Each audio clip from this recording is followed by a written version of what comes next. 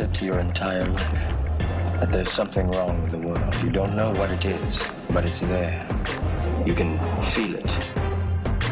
Get up on out the bed and start to move your balls. Wake up with word and Solomon Jones. Word. You better wake up now. Good morning. This is Solomon Jones on 900 AM and 96.1 FM WURD, and I want to welcome you to another edition of Wake Up with Word. It's going up to 89 degrees, Kwesa. I know.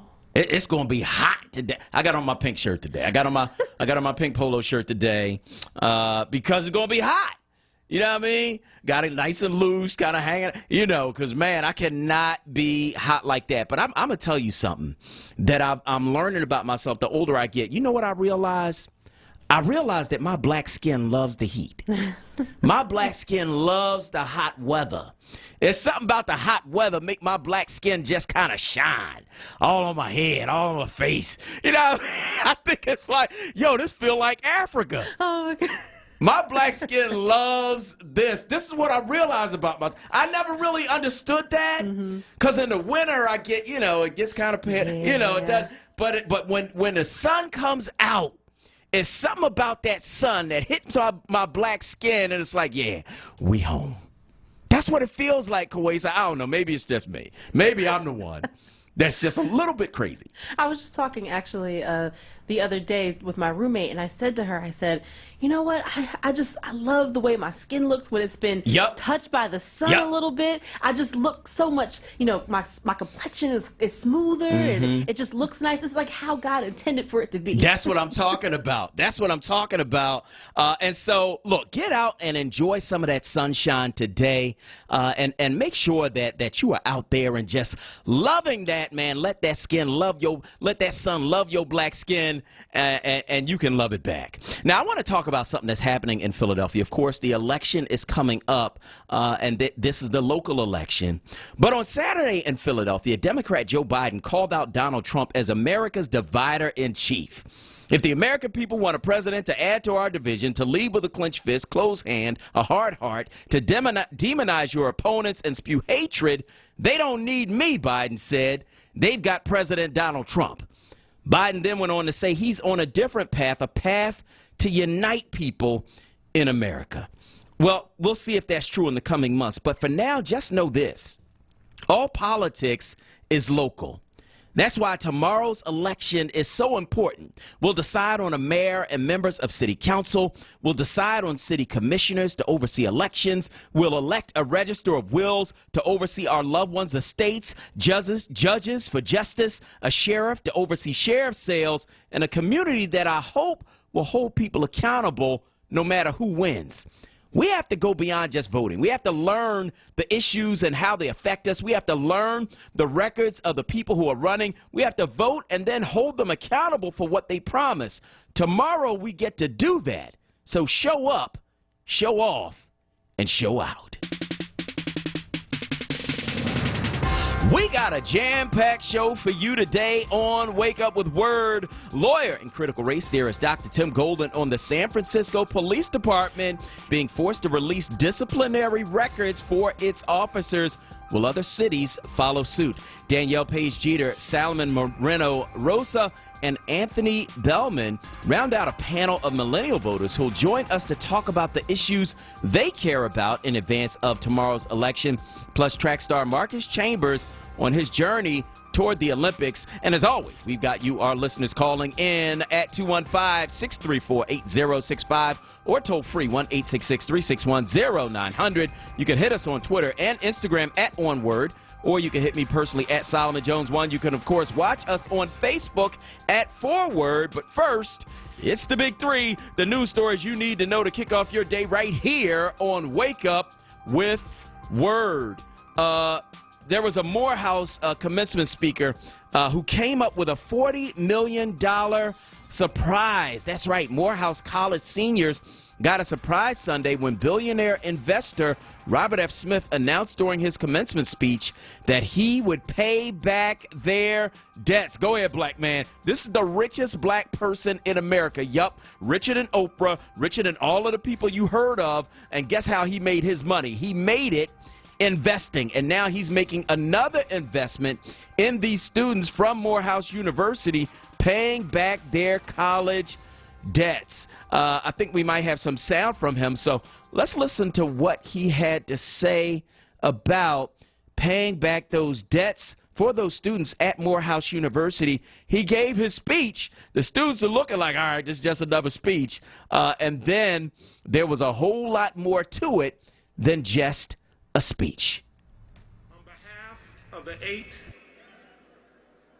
generations of my family who have been in this country, we're going to put a little fuel in your bus. Now, I've got the alumni over there, and this is the challenge to you alumni. This is my class, 2019.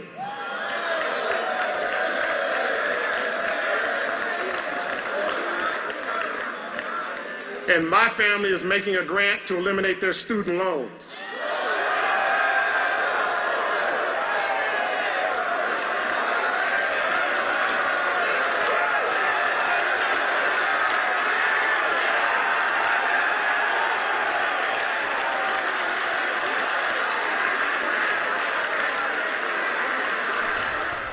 $40 million.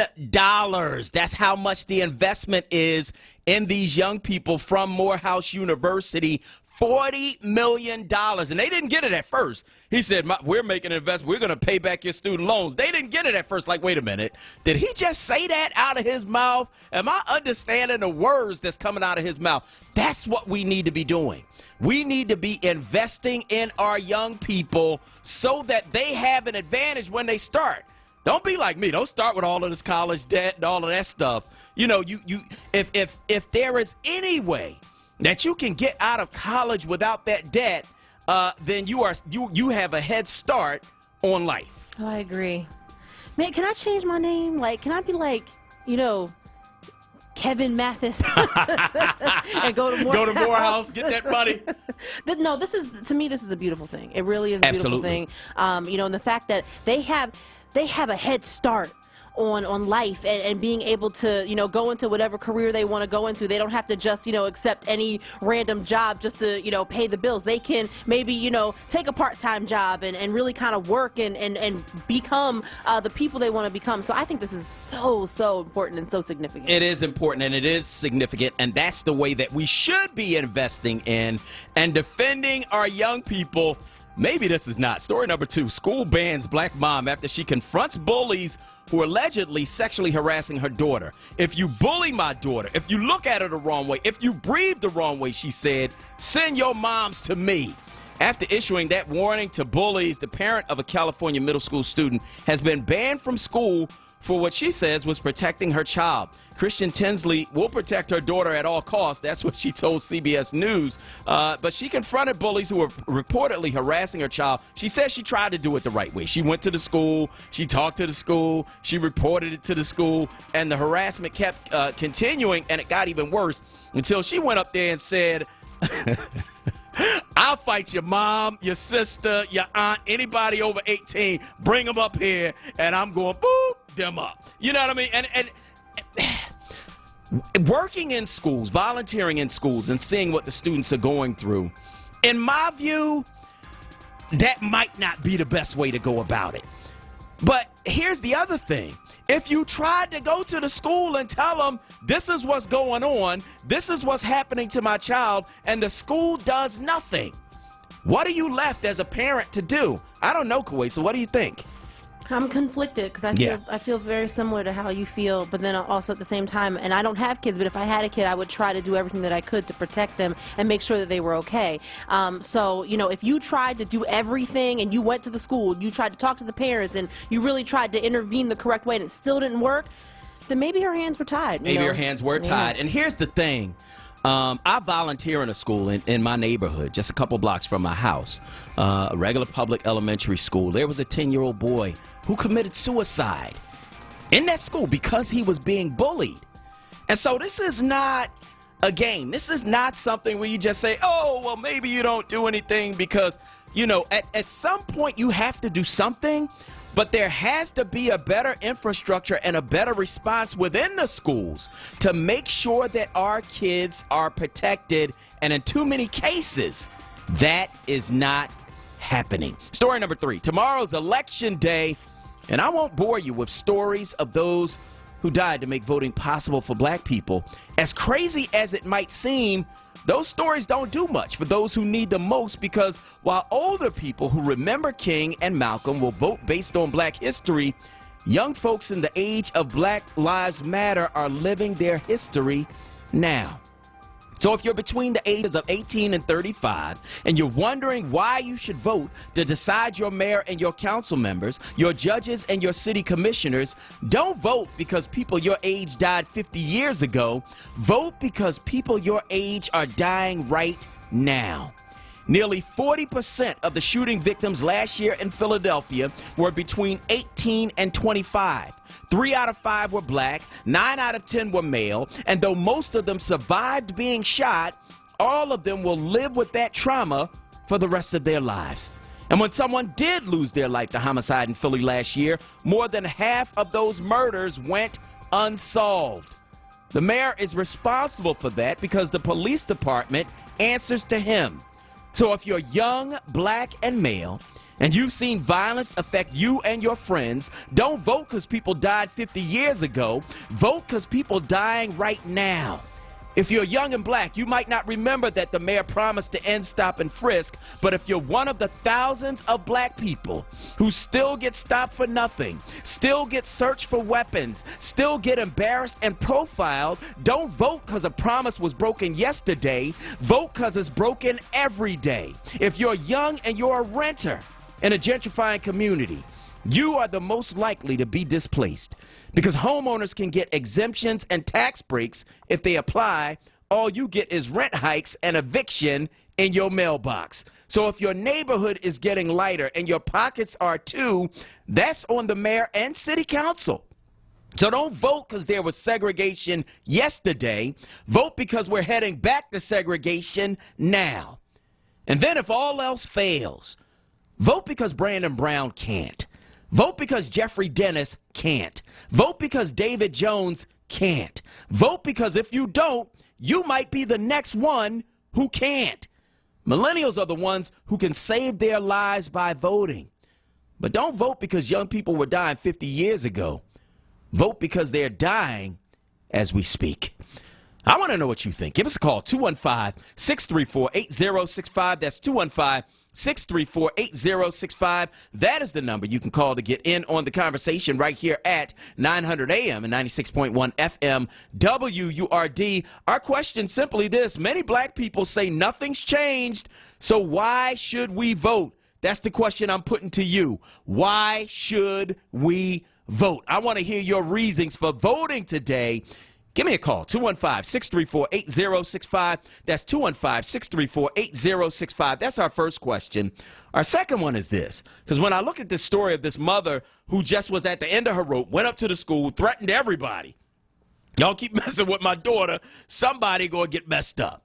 You know what I mean? I'd have tried going to the school. I'd have talked to the teachers. I'd have talked to the principal. Now coming up here, stepping to y'all are saying, bring your mama. Because it's going to be something today. Oh, y'all going to learn today. Y'all going to leave my daughter alone. And you know, it might not be the best thing to do. It might not be the best way to go about it. But, like, what do you do after you've tried everything else? After you've talked to the school, after you've gone through their systems, after you've made the reports, what do you do? And that's my question. How far is too far to go to protect your kid at school? 215-634-8065 is the number you can call to get in on the conversation right here at WURD Radio. And let us know where you are on any of these topics we are talking about on today's show. So I'm going to go to the phone lines and talk to Jim from Southwest. He is on line 1. Go ahead, Jim. Good morning, young fella. Good morning. How you doing? I'm still kicking. All right. Listen carefully. I just found out, how does a corrupt politician go to the ward leader of a district? I don't know how. Well, he is there, and I just found it out. And it irritates me. Okay. You mean he is the ward leader of the district? Is that what you're saying? He's the ward leader of the district. Yeah, well, the people, the committee people voted him in as the ward leader of the district. That's how that happens. Okay, well, we need to get rid of all of these corrupt politicians. Because all they're doing is corrupting the rest of the barrel. I hear you. Our lady is the head of the Democratic Party. Let's start there. You see where I'm going with this? I hear you. Have a great day. All right. I want to thank you so much, Mr. Jim. We appreciate your call this morning on WURD Radio. We're going to go back to the phone lines and talk to Renee from Logan on line 2. Go ahead, Renee. Good morning, Sullivan. Good morning. I'm voting because just 2 blocks away from me this weekend, a friend of mine lost her son to violence, just pulling up in his car. We got to vote because we just got to stop this killing of our children. Yeah. Because our whole future goes down every time this happens. And our mental health, our physical health, our financial health diminishes by the loss of our children. We have to do something about that. Yes, we do. Yes, we do. The thing I wanted to talk to you about, and so I don't know what, just to finish that, I don't know what, but we really have to stop this bleeding out of our communities like this. And whatever people can come up with and stop, and whoever we can elect that is of like mind and can work on that, that's who we ought to vote for. And then the other issue you talked about this morning, bullying. Yeah. I was in the shoes of that mother, and I went, and this is like 20 years ago, but I went to the school and I said to them, this bullying is new to me. My son is bullying and he doesn't want to go to school. He's afraid. This is not new to you as the school district, as a school. Why don't you have something you can do? Why are you acting like it's new? This is a age-old problem, and the school should be able to do something about it and or start working on solutions, because it's unacceptable that every year they look at parents and say, we don't know what to do. We don't know what's happening. That's not true. I hear you. And I want to thank you so much for your call this morning on WURD Radio. Let's go back to the phone lines and talk to Maurice from Southwest on line 3. Go ahead, Maurice. My good brother. Hey, how you doing, man?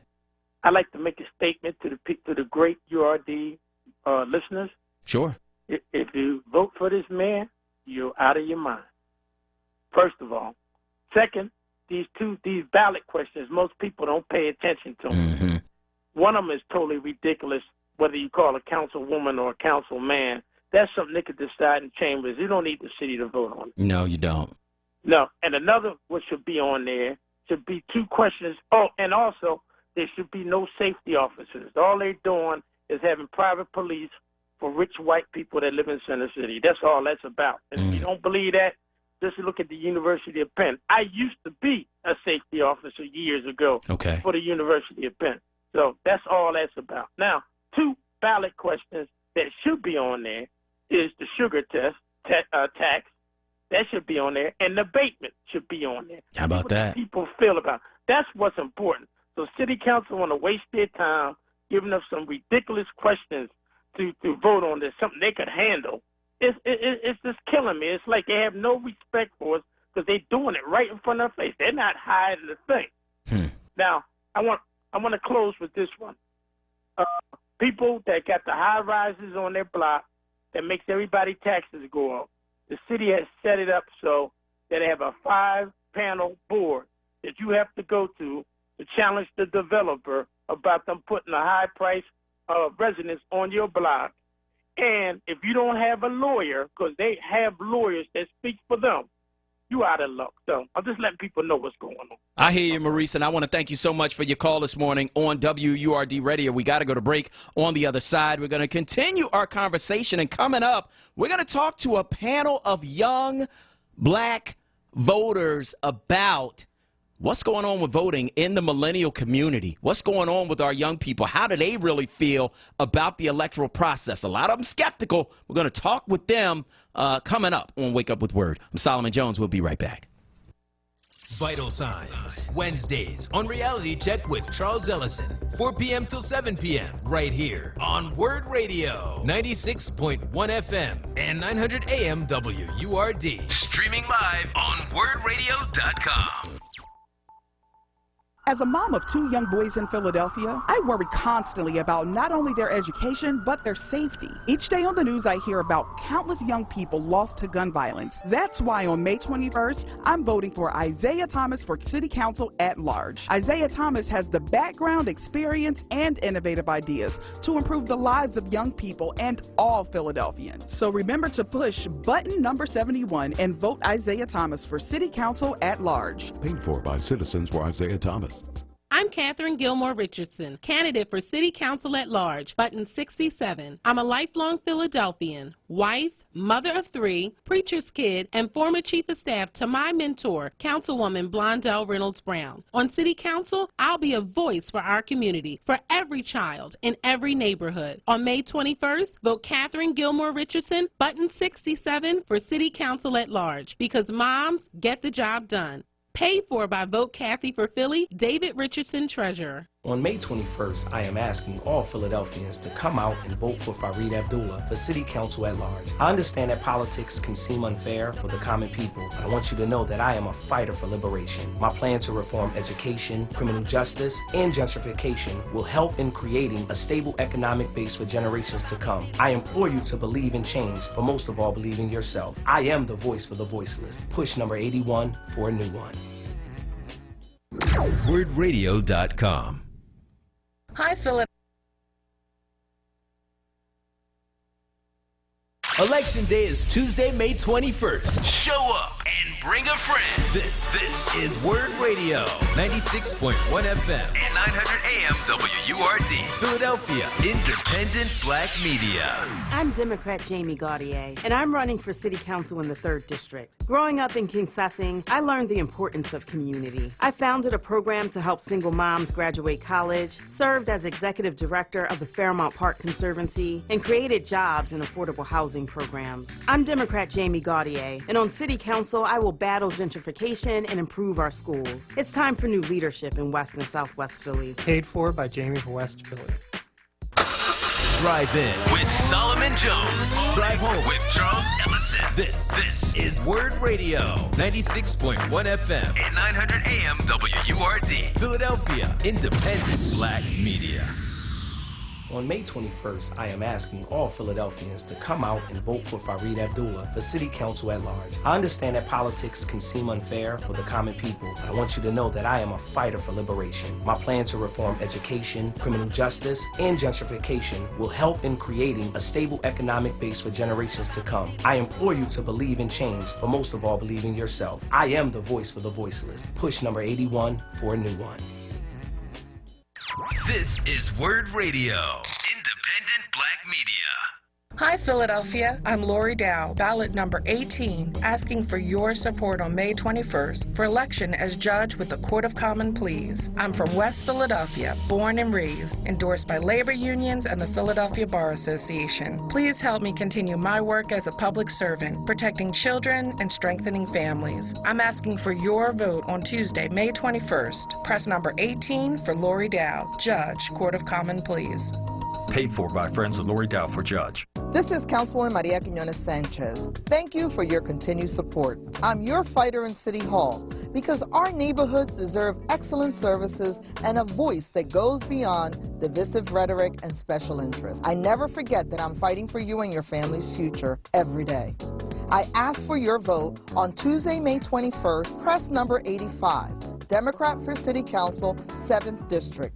When we work together, we all win. Paid for by Friends of Maria. Who is Jock Wambush? He's a family man. He's a man of his word. He always has our back. So when elected as Register of Wills, our dad will have your back too.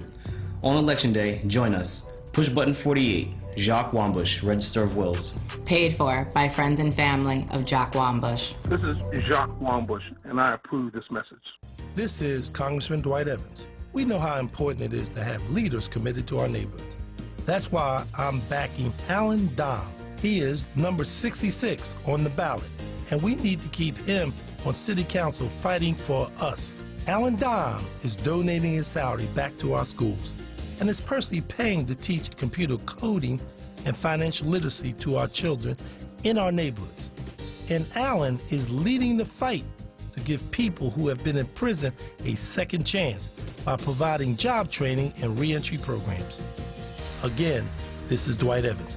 Please join me in voting for Alan Dom for City Council at large, number 66 on the ballot. He's a champion for our neighborhoods. Big ideas, big achievements. A better city for all of us. Vote Alan Dom for City Council. Alan Dom, number 66. Paid for by Dom for Council. Now, a traffic update on Word Radio. Good morning. This report sponsored by Indeed.com. Southbound 95 coming down through Girard. Jam right there this morning. Westbound Vine busy from 8th Street out through the Schuylkill Expressway.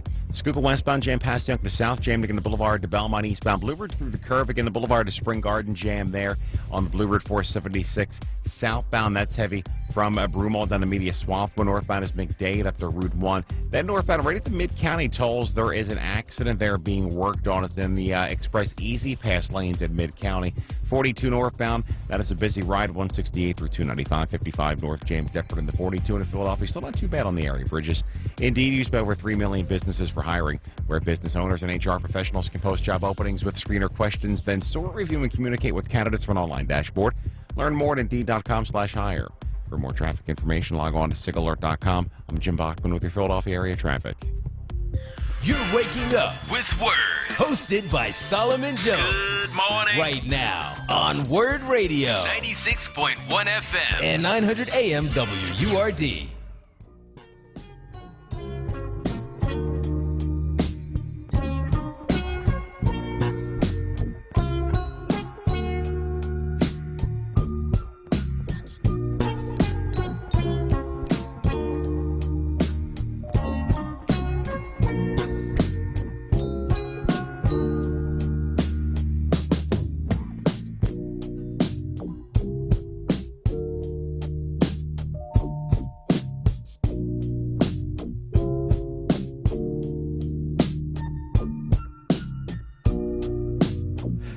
Good morning. This is Solomon Jones on 900 AM and 96.1 FM WURD, and I want to welcome you back to Wake Up with Word. We're talking about voting because a lot of people, Kawesa, believe it or not, are going around and saying that, look, why should I vote? Nothing has changed. And a lot of those people who are saying that tend to be younger people. And, you know, I don't like to just dismiss what people have to say out of hand. I don't like to just say, oh, you don't know what you talk about because you're young, because I've learned a lot from people who are younger than me. And hopefully I've taught them a lot as well. And so what I really want to know is, why do you feel that way? Why do you believe that's your experience? Why do you believe nothing has changed for black people as a result of voting? And so what I want to talk about today, and we're going to talk with some millennials about this. Why do you vote, or why do you not? Why should people your age vote? Why should they care? Why should they feel like something has changed when their lifetime they haven't seen that much of a variance in the black experience?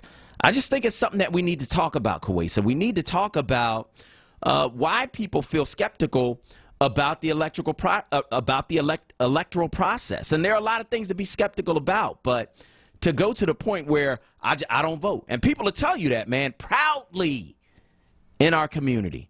I'm trying to figure out why. I don't know. It's hard for me because we've had discussions off air. I'll always be the type of person who will always vote because I know what the people before me had to endure. But at the same time, as a young person, I don't feel that there are a lot of viable candidates out there who are really doing anything that will support me. I mean, if we talk about the fact that I'm, $100,000 in debt from school, and there was no way to really kind of combat that.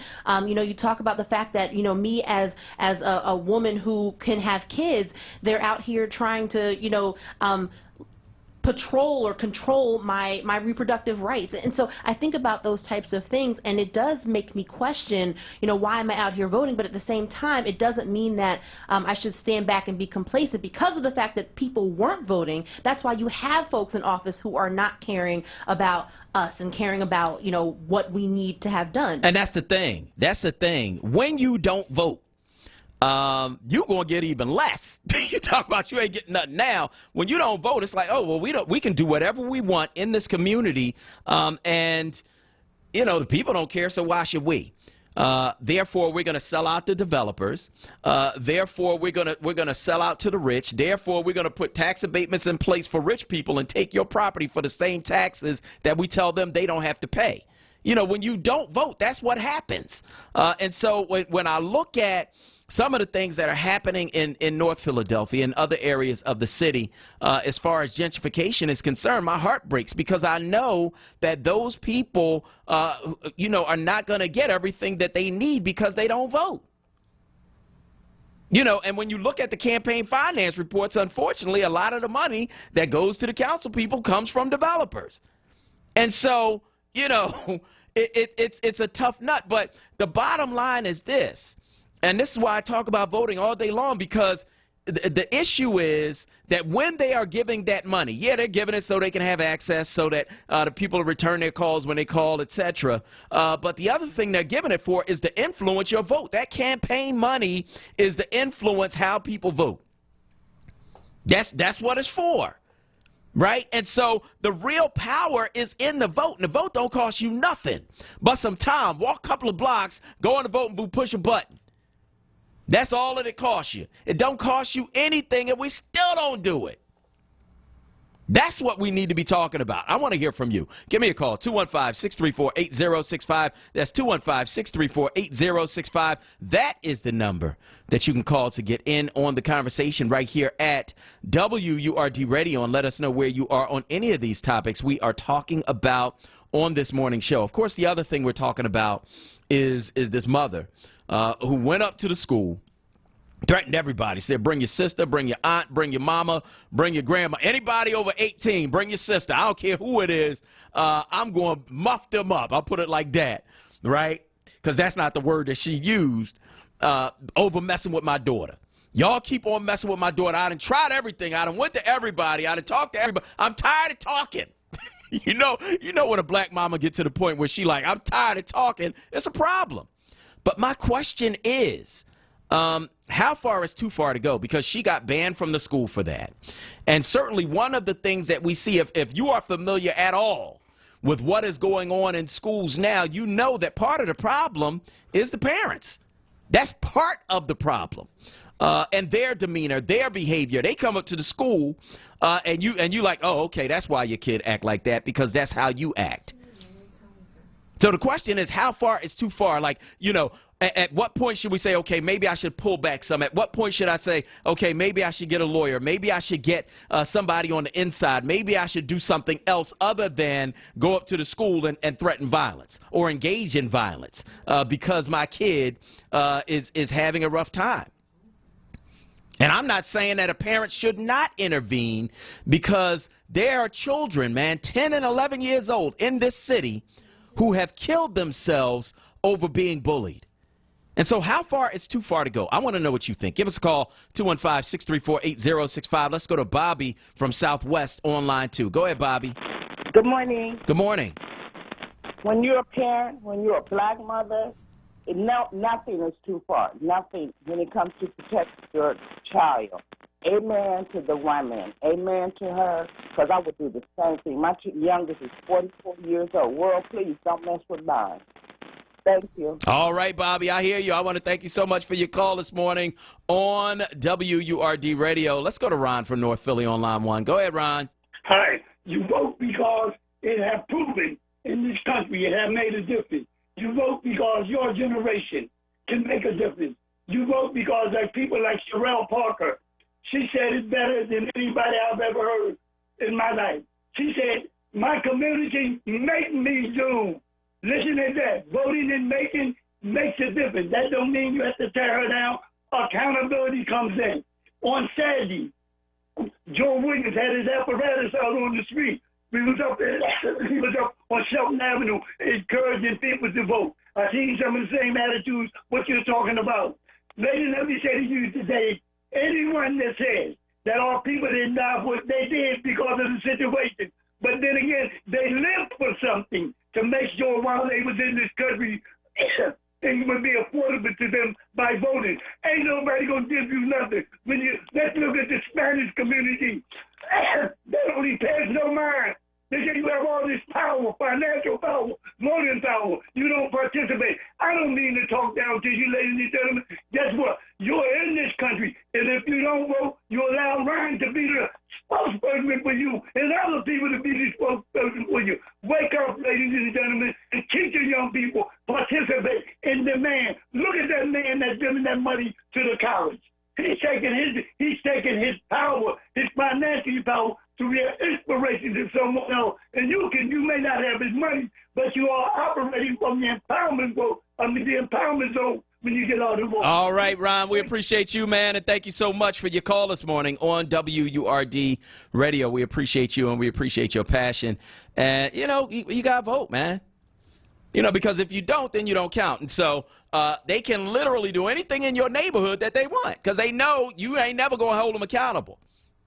I got these, couple thousand people in my district that's going to keep voting me back in, and it really doesn't matter what you say, really doesn't matter what you do.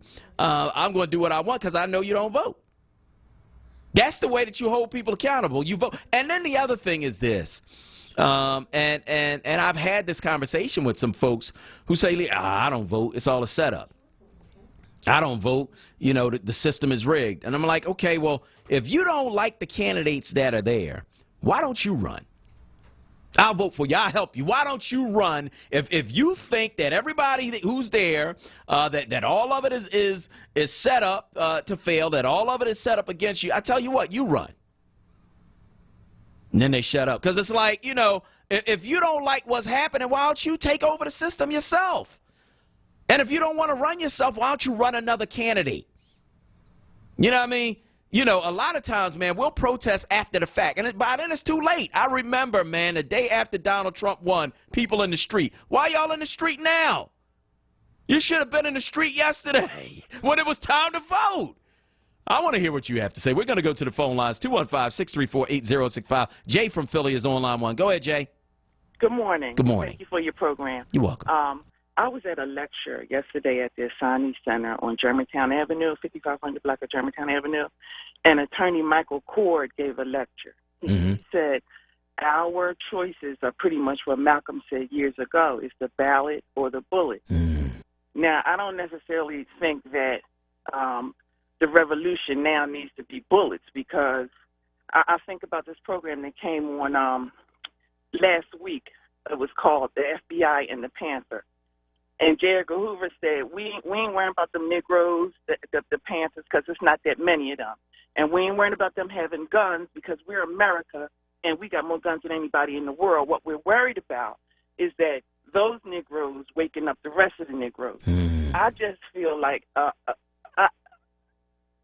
tired of us complaining about what the white man isn't doing or has done to us and is doing for us now. Even though they need to be held accountable, when are we going to do something for ourselves? Yes, we need to vote, but we could put in the most wonderful person in the world that wants to do something for black people. But if we don't get together and stand behind that person, why don't we have boycotts? Why don't our big popular pastors and imams call for boycotts? Why are we so all over the place? I think that, we can vote, but if we're not prepared to do anything, the footwork, the legwork, the sacrifice, nothing's going to happen. Solomon, thank you for your program. I'll hang up and listen for an answer. Thank you so much, Jay, and we appreciate that, and I am with you 100% in terms of holding people accountable. And one of the ways that you hold people accountable in a capitalistic society, capital is money. right? So you hold people accountable when it comes to money. Oh, y'all aren't doing what we want? Okay, we're going to shut down your store. We're going to shut down your company. We're not going to buy your product. That's how Leon Sullivan did it. It's been proven. It's already been done. Leon Sullivan did that when Tasty Cake wouldn't hire black people. He said, all right, all the black people stop buying Tasty Cakes. And here's the difference between then and now. When he said it, we did it. I think a lot of times now we think that doing a hashtag is activism. It's not. You can't do activism on social media, not alone. It can amplify what you are doing on the street. It can amplify what you are doing economically. It can amplify what you're doing as a group. But alone, all by itself, it's not as effective as actual on-the-street activism.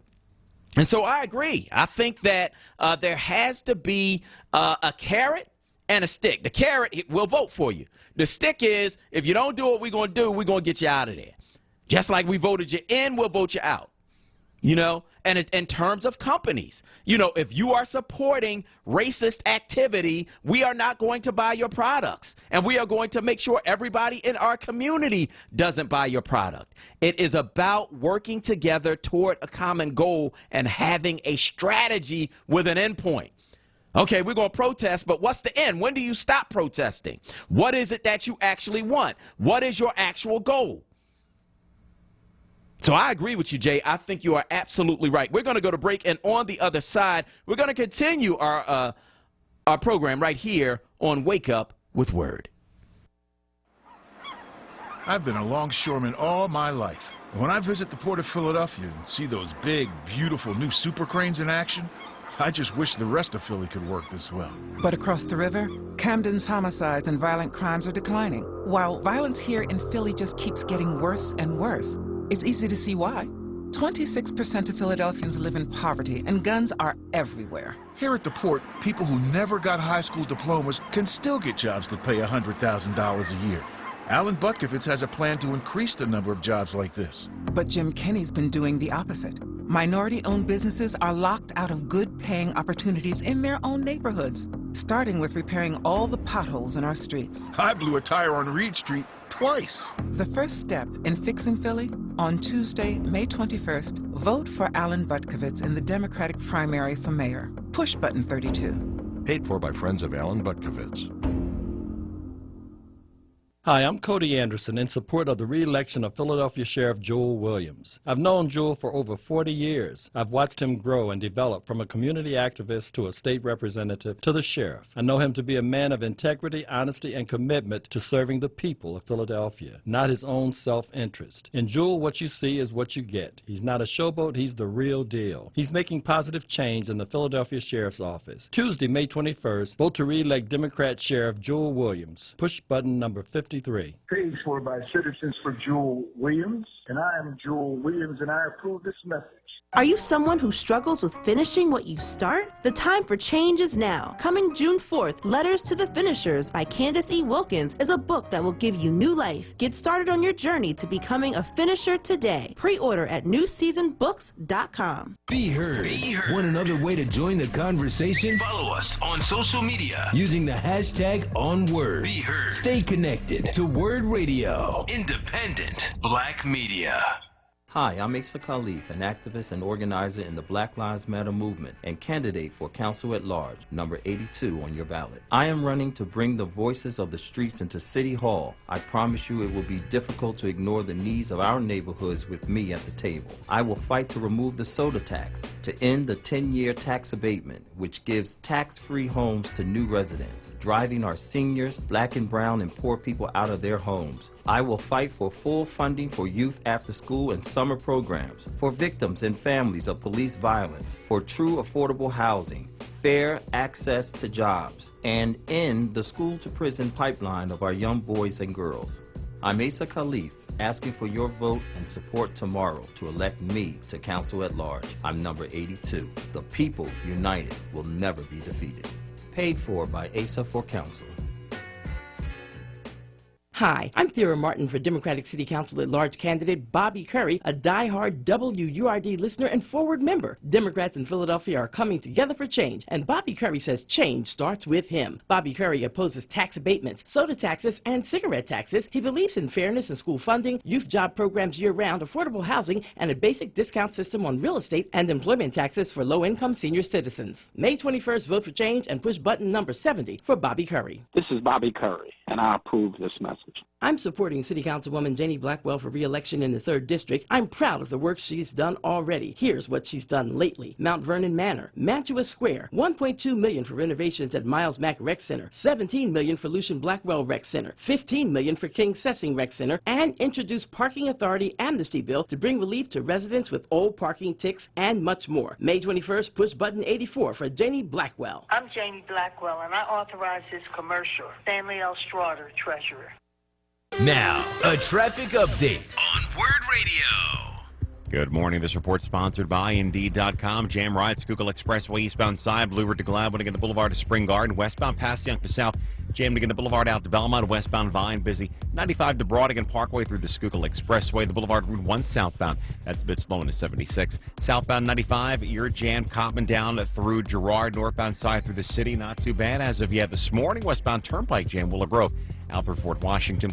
295 slow both ways heading into 42 northbound. You're jammed up this morning. 168 through 295, 55 north Deptford into 42 heavy. Indeed, used by over 3 million businesses for hiring, where business owners and HR professionals can post job openings with screener questions, then sort, review, and communicate with candidates from an online dashboard. Learn more at Indeed.com/hire.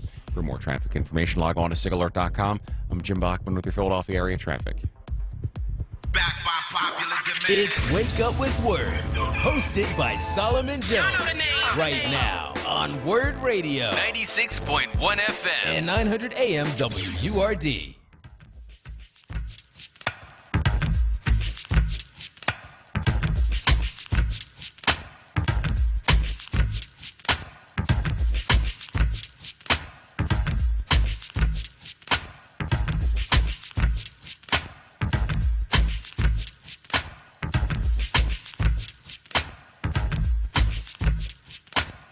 Good morning. This is Solomon Jones on 900 AM and 96.1 FM WURD.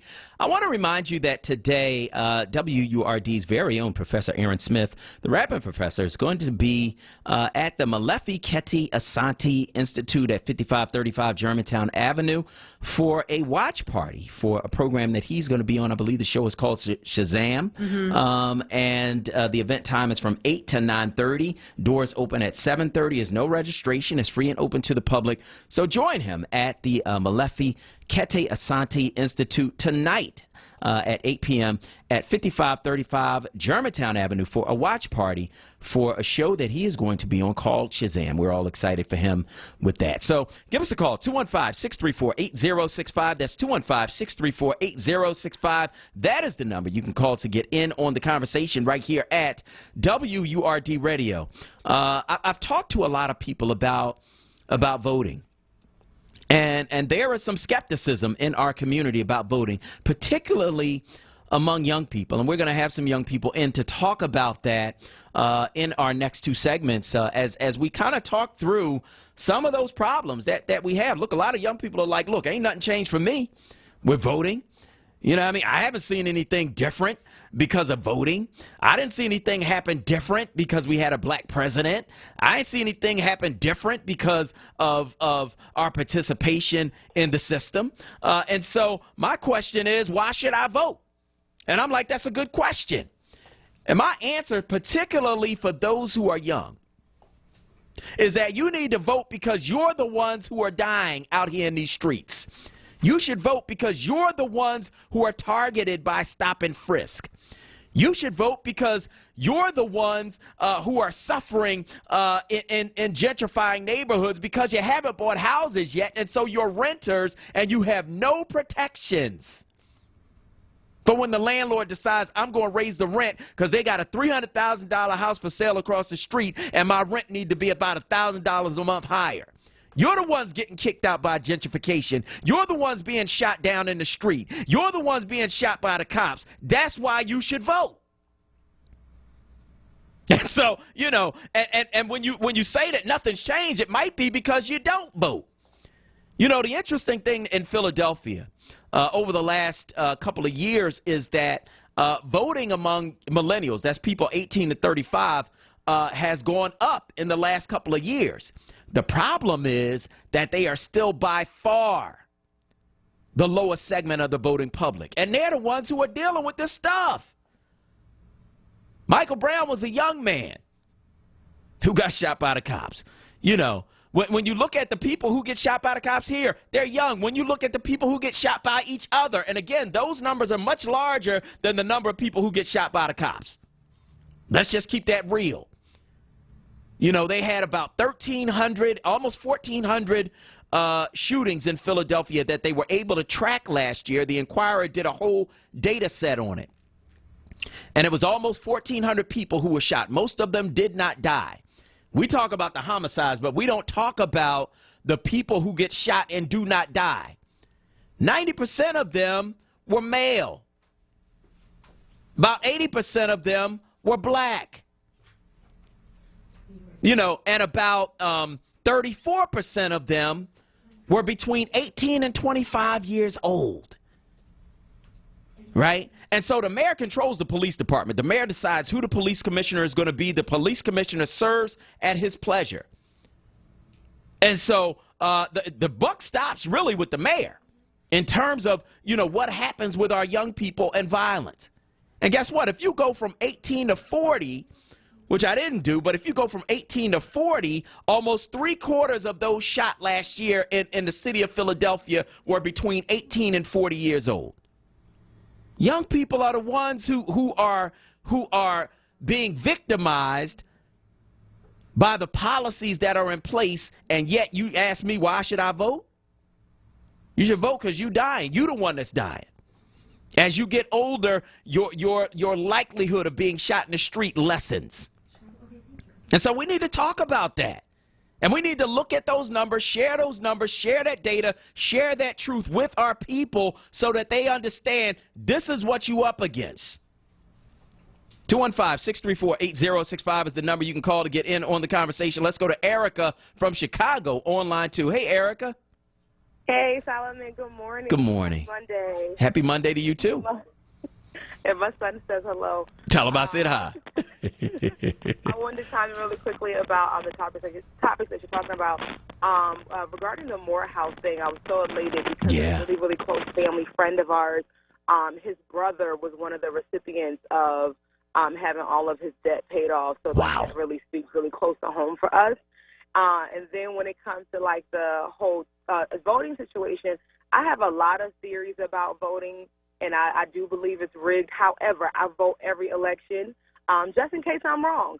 And then when it comes to the whole teacher situation, the mother situation, I am a teacher, and so like I kept seeing the video and I kept scrolling by, and I was like, oh, come on, like you know, we don't need any more negative attention. When I finally watched it, the mother, I could tell that she wasn't about that life, for lack of a better word, because she just didn't seem like that. And, you know, her voice kept cracking. She was really nervous.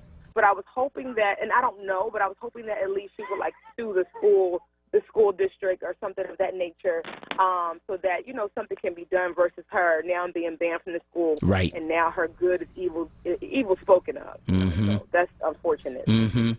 I agree. And I think, you know, we have to be strategic. I understand the frustration. You know, of dealing with the schools and dealing with the kids. And again, you know, there have been kids here in Philly over the last couple of years, 10 and 11 years old, have killed themselves over bullying. So it's a serious subject, man. But the question is, how do you handle it most effectively so that you can get the outcome that you need, both for you and for your child? That's the question, Erica. You know what I mean? So I appreciate your call, as always, and I appreciate your support. Erica, all the way from Chicago, calling in here on WURD Radio. But, you know, that's my question. How far is too far? And when does it become something that's ineffective for you, something that hasn't worked for you? So you done got your stuff off. You done said everything that you wanted to say, but nothing's changed except you now banned from the school. How far is too far? Let's go to Gary from Southwest on line 1. Go ahead, Gary. Hey, Solomon, how you doing? I'm good, man. How you doing?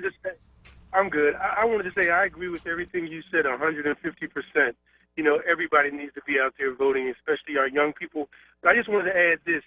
I guess it gets kind of frustrating at times because though we've been out there voting and people don't see our condition changing, I think people get really frustrated with our political process and the people who represent us at times. And that's why I think they should give us more incentive to even vote, because we need to vote those individuals out who aren't really representing us and doing the job that we expect them to do. Yeah. So right now, I just think people are frustrated, Solomon. I really do. And it's not an excuse, because I get, my sons, I make sure they know. I'm a seasoned individual, Solomon. I haven't missed a vote since I turned 18 years old. Okay. I used to watch those news shows and see what our people had to go through. And, it's like, that's my duty and obligation to go out and vote. But again, we have to groom new politicians, and we have to hold these people accountable that aren't doing the job for us, Solomon. A lot of them have given us a lot of lip service, but they're not delivering. So I just wanted to say that. Thank you. All right, Gary, we appreciate your call this morning on WURD Radio. And, of course, you want to watch Fox 29 this morning because as our very own Aaron Smith is doing that appearance on Shazam this evening, I believe he's going to be on Fox's Good Day this morning. So you want to check that out, too. And, of course, he's going to be at the Malefi Asante Institute tonight. That is at 8 p.m. Doors open at 7:30. Go out and support the brother. We are going to go to break, and on the other side, we're going to continue the show and talk to some millennials about what is going on with young people and voting. You don't want to miss that. I'm Solomon Jones. This is WURD. We'll be right back. Brothers and sisters! Don't miss The Source. Weekdays, 10 a.m. to 1 p.m. on Word Radio. WordRadio.com and the Word Radio app. 1 in every 4 of us can't make ends meet. We can keep pre-K for our children and still get rid of that ridiculous soda tax. Drug injection sites are not safe, and someone gets killed almost every day in Philadelphia. From poverty to potholes, we can do better. I am Anthony Hardy Williams, and I have been listening to you. We can move Philadelphia forward together. Vote Anthony Hardy Williams for mayor. Paid for by Williams for mayor. On Tuesday, May 21st, vote for Carmela Jaquinto for judge. Push button number 24 for Carmela Jaquinto. Number 24 is easy to remember. That is how many hours a day Carmela Jaquinto will fight for you to ensure justice for our community and all Philadelphians. Carmela Jaquinto has more than 18 years practicing law. She has been recommended by the Philadelphia Bar Association and endorsed by the black clergy of Philadelphia and vicinity. Carmela Jaquinto has been endorsed by the Democratic City Committee, the hardworking men and women of the AFL-CIO, and the Philadelphia Building Trades. She has spent her legal career ensuring the rights of our children caught in a legal system that too often ignores them. Now Carmela Jaquinto needs our support. This Tuesday, May 21st, push button 24. That's Carmela Jaquinto, number 24 for judge. This is Carmela Jaquinto, and I approve this message.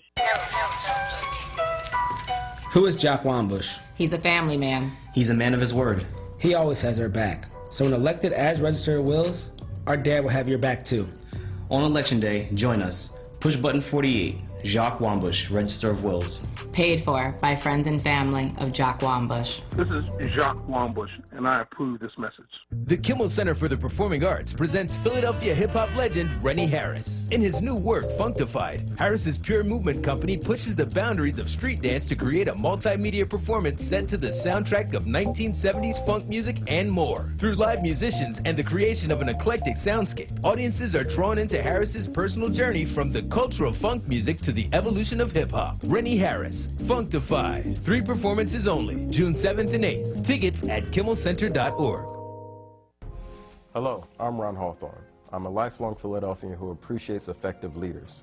I believe that hard-working class citizens should have a leader that best represents the interests of the community. I've spent many years watching elected officials fall on their sword for greed, power, and taxpayer settlement payouts. That stops here on May 21st with Rochelle Bilal for Philadelphia Sheriff. It's time for change, Philadelphia. Push button number 50 for Rochelle Bilal for Sheriff. Paid for by the friends of Rochelle Bilal.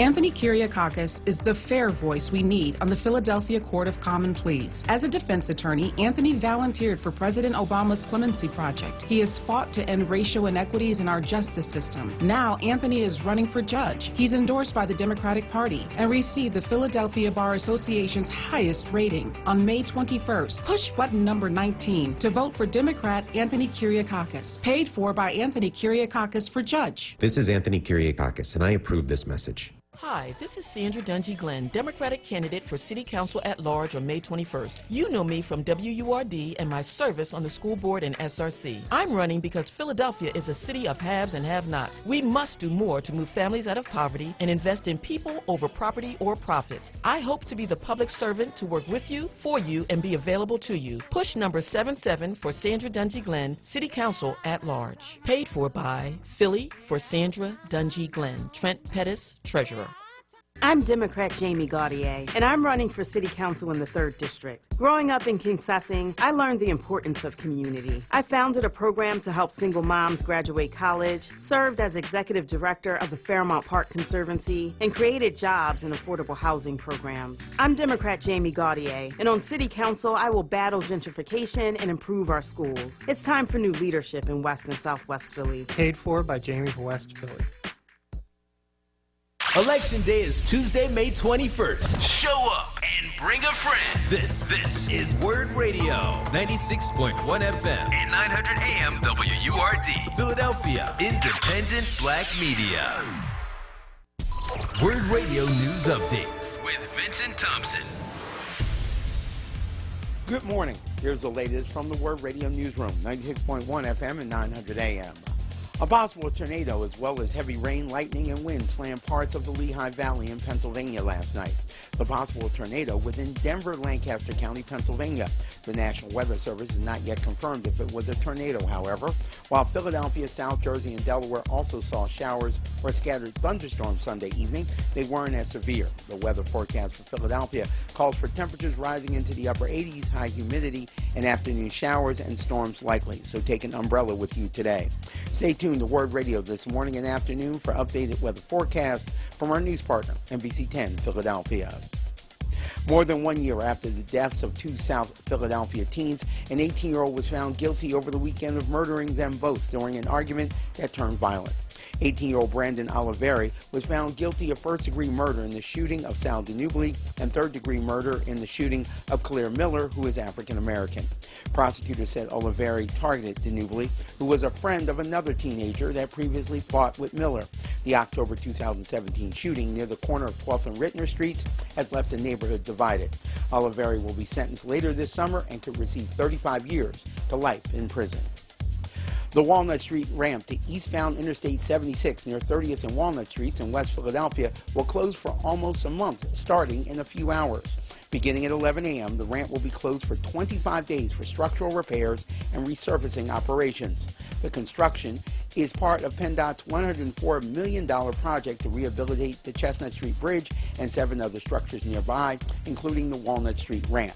Drivers will be directed west on Walnut Street, then left on 38th Street to University Avenue, then south to 34th Street to the eastbound ramp. PennDOT says if all goes according to plan, the ramp will reopen on June 14th. Checking sports in the NBA playoffs, the Toronto Raptors defeated the Milwaukee Bucks in double overtime yesterday. In Game 3 of the Eastern Conference Finals, the Bucks lead the series 2-1. Golden State Warriors plays the Portland Trail Blazers in Game 4 of the Western Conference Finals tonight. Golden State leads the series 3-0 and will go to the NBA Finals with a win tonight. And Sixer player Tobias Harris is a finalist for the NBA Cares Community Assist Award, and J.J. Redick is a finalist for the NBA Teammate of the Year Award. Vincent Thompson, Word Radio News. Back by popular demand. It's Wake Up with Word, hosted by Solomon Jones. Right now on Word Radio, 96.1 FM and 900 AM WURD.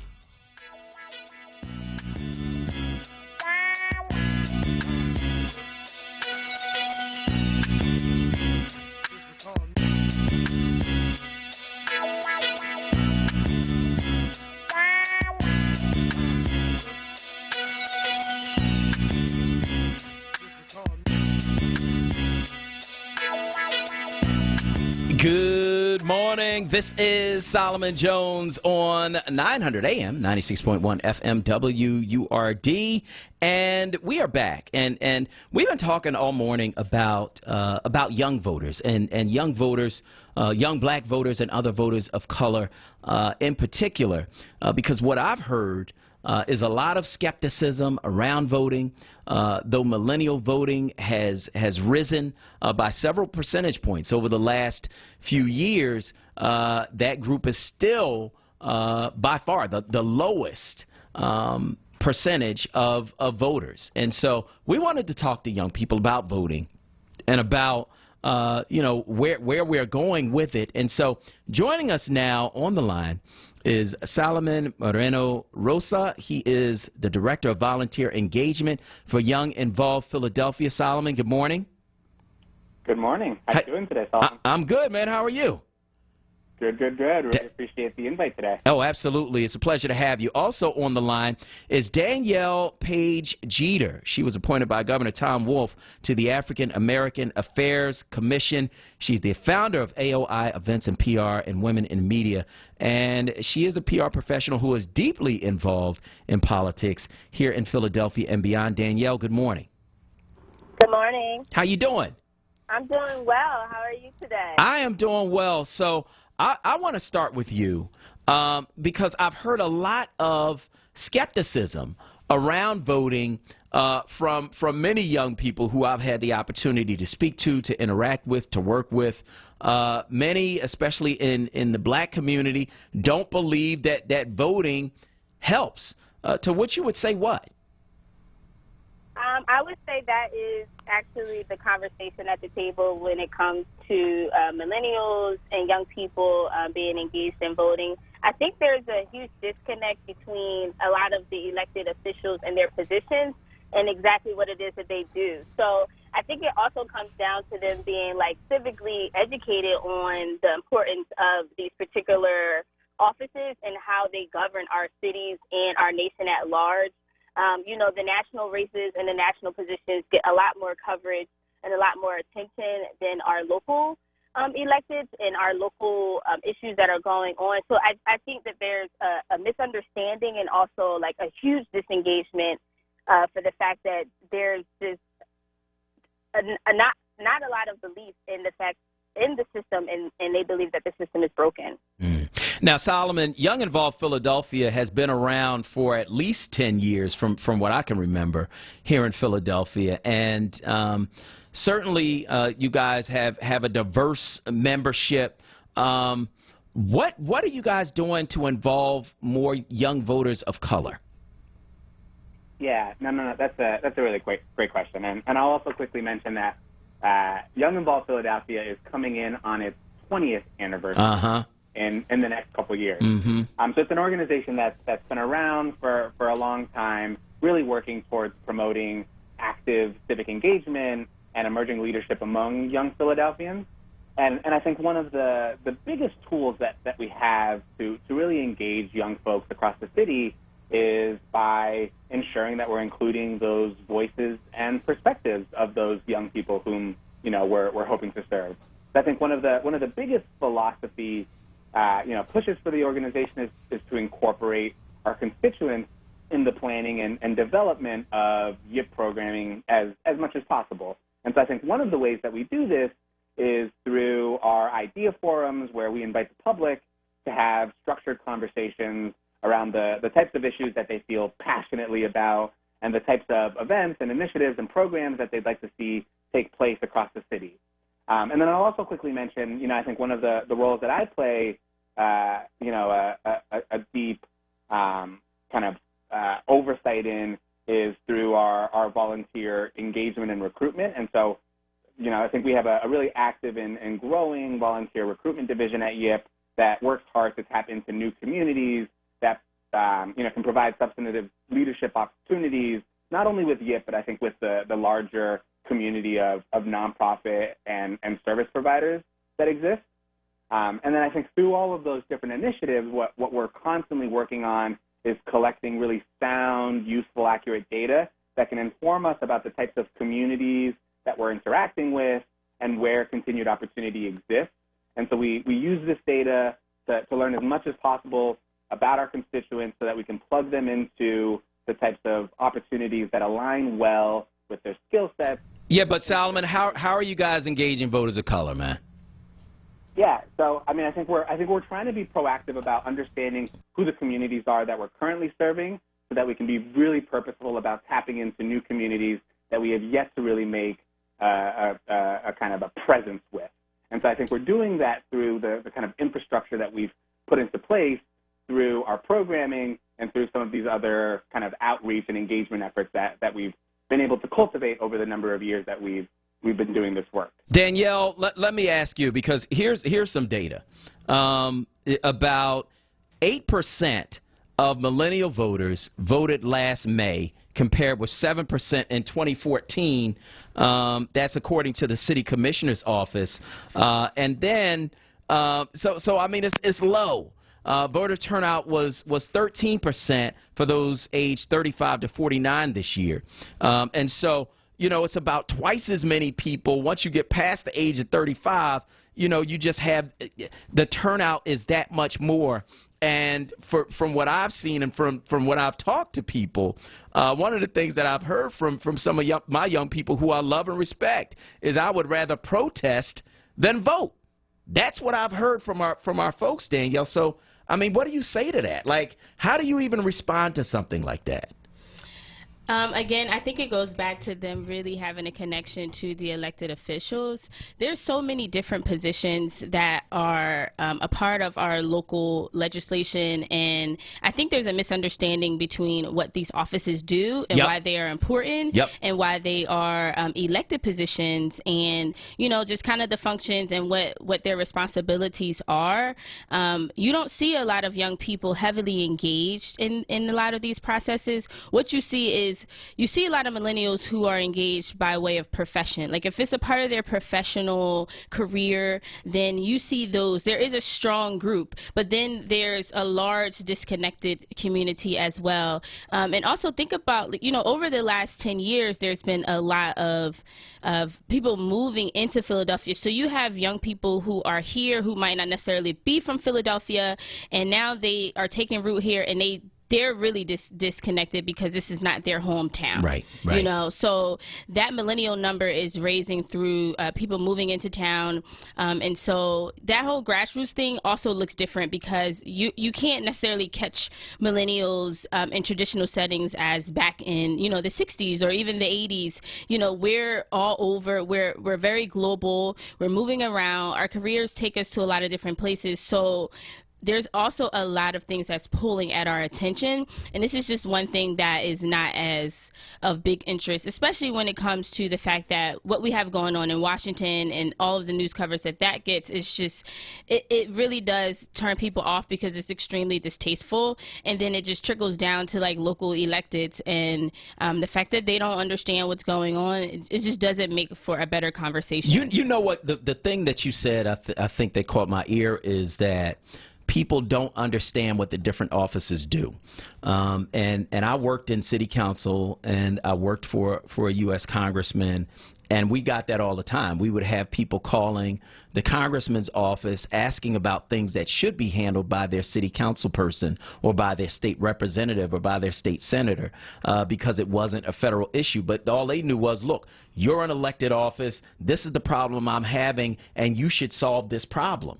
And when they couldn't get it solved at that level, you know, they would throw up their hands and, oh, ain't none of y'all doing nothing. Like, that is the response. And I think the other thing is that local elections really do matter. They matter a lot. And people don't realize like that. Like the judges race. That's very important. Those are the people putting you in jail. It's very important. They sit for 10 years, too. So, and that race hardly gets any coverage. Right.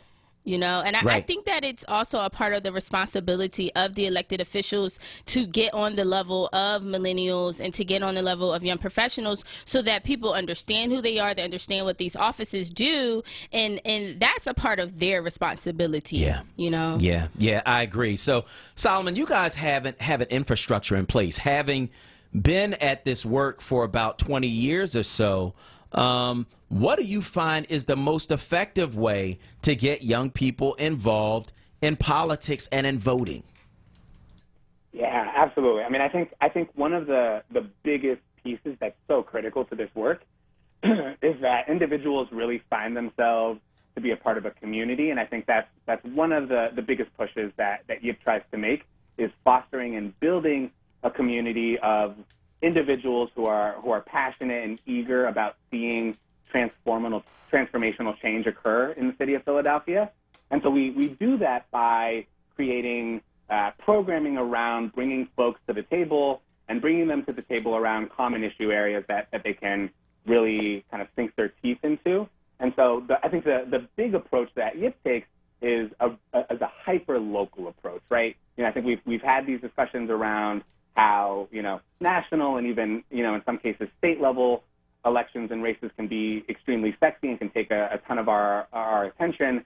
But YIP really tries to put a lot of our momentum into the locality of elections and the type of movements that are occurring at the municipal level. And so really what we're trying to do is expose individuals to the rich ecosystem of change makers and tremendous organizations that are really moving the needle on improving the lives of communities and individuals who are struggling. And so I think the big piece where YIP really tries to step in is to create a environment where individuals can come in and feel like they have the tools and the expertise and the knowledge to be proactive citizens for their own community. Danielle, so reaching young people and young people of color in particular, one of the things that I've noticed is that a lot of people, and especially those who are young, because you grew up with the technology, get their news from social media. That is a double-edged sword, and we saw it in the last election. How do you reach them using the tools that they use to get them engaged in voting? I think that video is really powerful today, and that a lot of young people are really engaged in YouTube and really engaged in watching videos and visuals. But keep in mind that they have to be short because attention spans are not particularly very long, and so there's snippets of things that they like to see, and very highly graphic images and commentary. And then there's influencers as well, where we consider and people are really engaged and in tune into what the lives of these influencers and what they're doing. And so if the influencers have something to say, then they have an audience. They really do demand an audience. But the downside to getting our information on social media in very small clips is it's not the full story. And I was a history major, so fact checking and knowing my primary sources and secondary sources is a thing. And I think that because internet drives so much of our knowledge, of our news base, and that everybody has a microphone attached to their digital platforms, everybody has the ability to create news, to create information and stories. It's like you have to be careful. You have to fact check those things because you're only getting a snippet of the story, and that can't just be your whole perspective. We have to dig deeper and really get to information. So I think engaging young people on social media is certainly a way that you're going to find them, but I think nothing eliminates that FaceTime and really creating those valuable relationships. So we're talking with Danielle Page Jeter, and also we're talking with Solomon Moreno as well about engaging young people in voting and some of the skepticism that we've seen around the issue of voting, especially with some of our younger folks. You can watch us on Facebook. We're at onWURD on Facebook, and we are also on Instagram Live, where you can see Danielle. You can't see me. I can't fit in the camera. Wait a minute.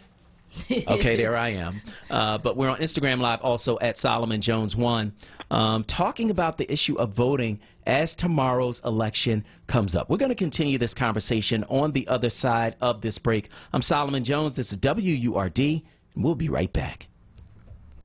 Brothers and sisters, don't miss The Source. Weekdays 10 a.m. to 1 p.m. on Word Radio, wordradio.com, and the Word Radio app.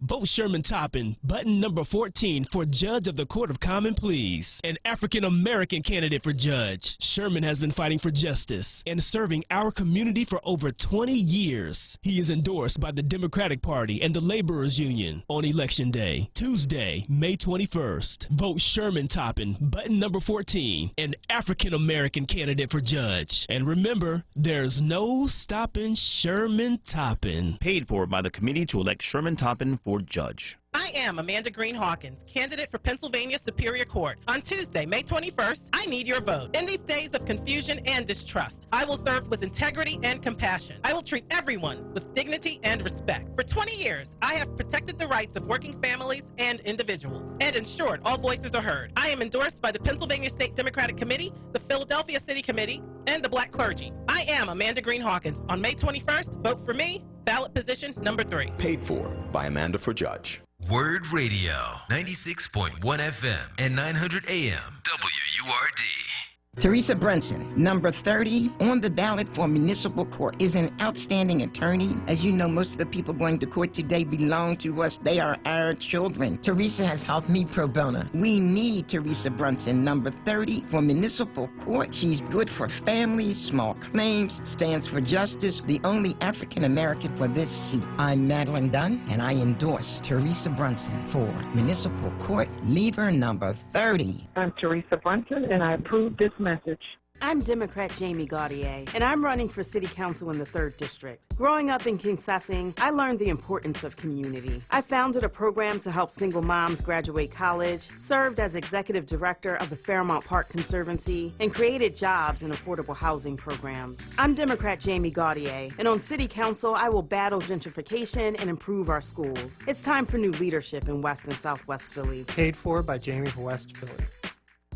Helen Gim fights for every single child in this city. I know because she fought for mine. My 2 sons attend a Philadelphia school that was supposed to close a few years back. Helen Gim stood with us to organize parents and keep our school open. When she got elected to city council, I knew Helen would get to work. Helen restored school nurses and counselors. She fought for clean water and brought music programs back to our schools. She's standing up for air conditioning and clean and safe school buildings. Helen Gim fought to end the state takeover of our schools so parents like me could have a voice in our kids' lives. She's fighting poverty with a new law protecting hourly workers. She supports a $15 minimum wage, affordable transit, and protects renters and homeowners in our city. I'm voting for Helen Gim, button number 56, because I know she gets things done. I'm Helen Gim, number 56 on the ballot. I'm running for re-election to City Council at large as your champion for Philadelphia school kids and working families. When you vote for me, you're voting for a fighter who won't stop working for Philadelphia for all of us. On May 21st, push button number 56 for Helen Gim. Paid for by Friends of Helen Gim. Hi, Philadelphia. I'm Lori Dow, ballot number 18, asking for your support on May 21st for election as judge with the Court of Common Pleas. I'm from West Philadelphia, born and raised, endorsed by labor unions and the Philadelphia Bar Association. Please help me continue my work as a public servant, protecting children and strengthening families. I'm asking for your vote on Tuesday, May 21st. Press number 18 for Lori Dow, judge, Court of Common Pleas. Paid for by Friends of Lori Dow for judge. On May 21st, elect Dennis Lee for City Commissioner, former Chief Deputy City Commissioner who fought against the state voter ID law. As City Commissioner, he will focus on voter education, voter registration, and voter participation in order to guarantee access to free and fair elections. Vote for Dennis Lee for City Commissioner, May 21st, paid for by Citizens for Dennis Lee, Miller Parker, Treasurer. Now, a traffic update on Word Radio. Good morning. This report sponsored by Zell. Still a busy ride as we move on this morning. 295 both ways into 42. Heavy as you would expect, 42 northbound. You're jammed up still this morning from Blackwood Clementon to 295, 55 north of 47 to 42. Ben Franklin Bridge jammed up mid-span to Center City. Southbound 95, Copman down through Girard. That is heavy. Schuylkill Expressway eastbound side. Blue Route into Belmont again the Boulevard to Spring Garden. You're jammed westbound past Yonkers South. Jammed again the Boulevard out through Belmont. Westbound Vine. Generally heavy 95 through the Schuylkill Expressway. The Boulevard Route 1 southbound slow heading into 76 as well. Zelle is an easy way to send money to friends and family right from your banking app. Not sure where to get someone for their birthday? Send the money with Zelle so they can buy whatever they want. Look for Zelle in your banking app or get more info at ZellePay.com. Zelle, this is how money moves. For more traffic information, log on to SigAlert.com. I'm Jim Bachman with your Philadelphia area traffic. It's Wake Up with Word, hosted by Solomon Jones. Good morning. Right now on Word Radio. 96.1 FM. And 900 AM WURD.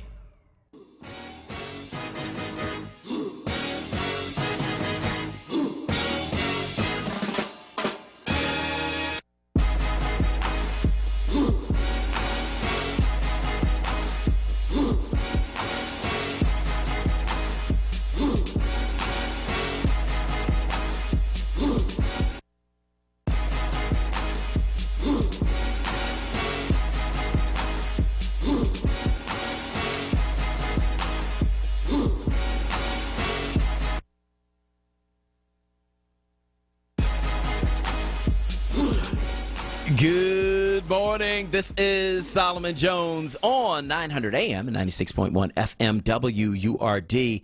And tomorrow is Election Day, and one of the most important groups, one of the most impacted groups of the policies that happen through local government is young people. Young people are the ones who are being shot.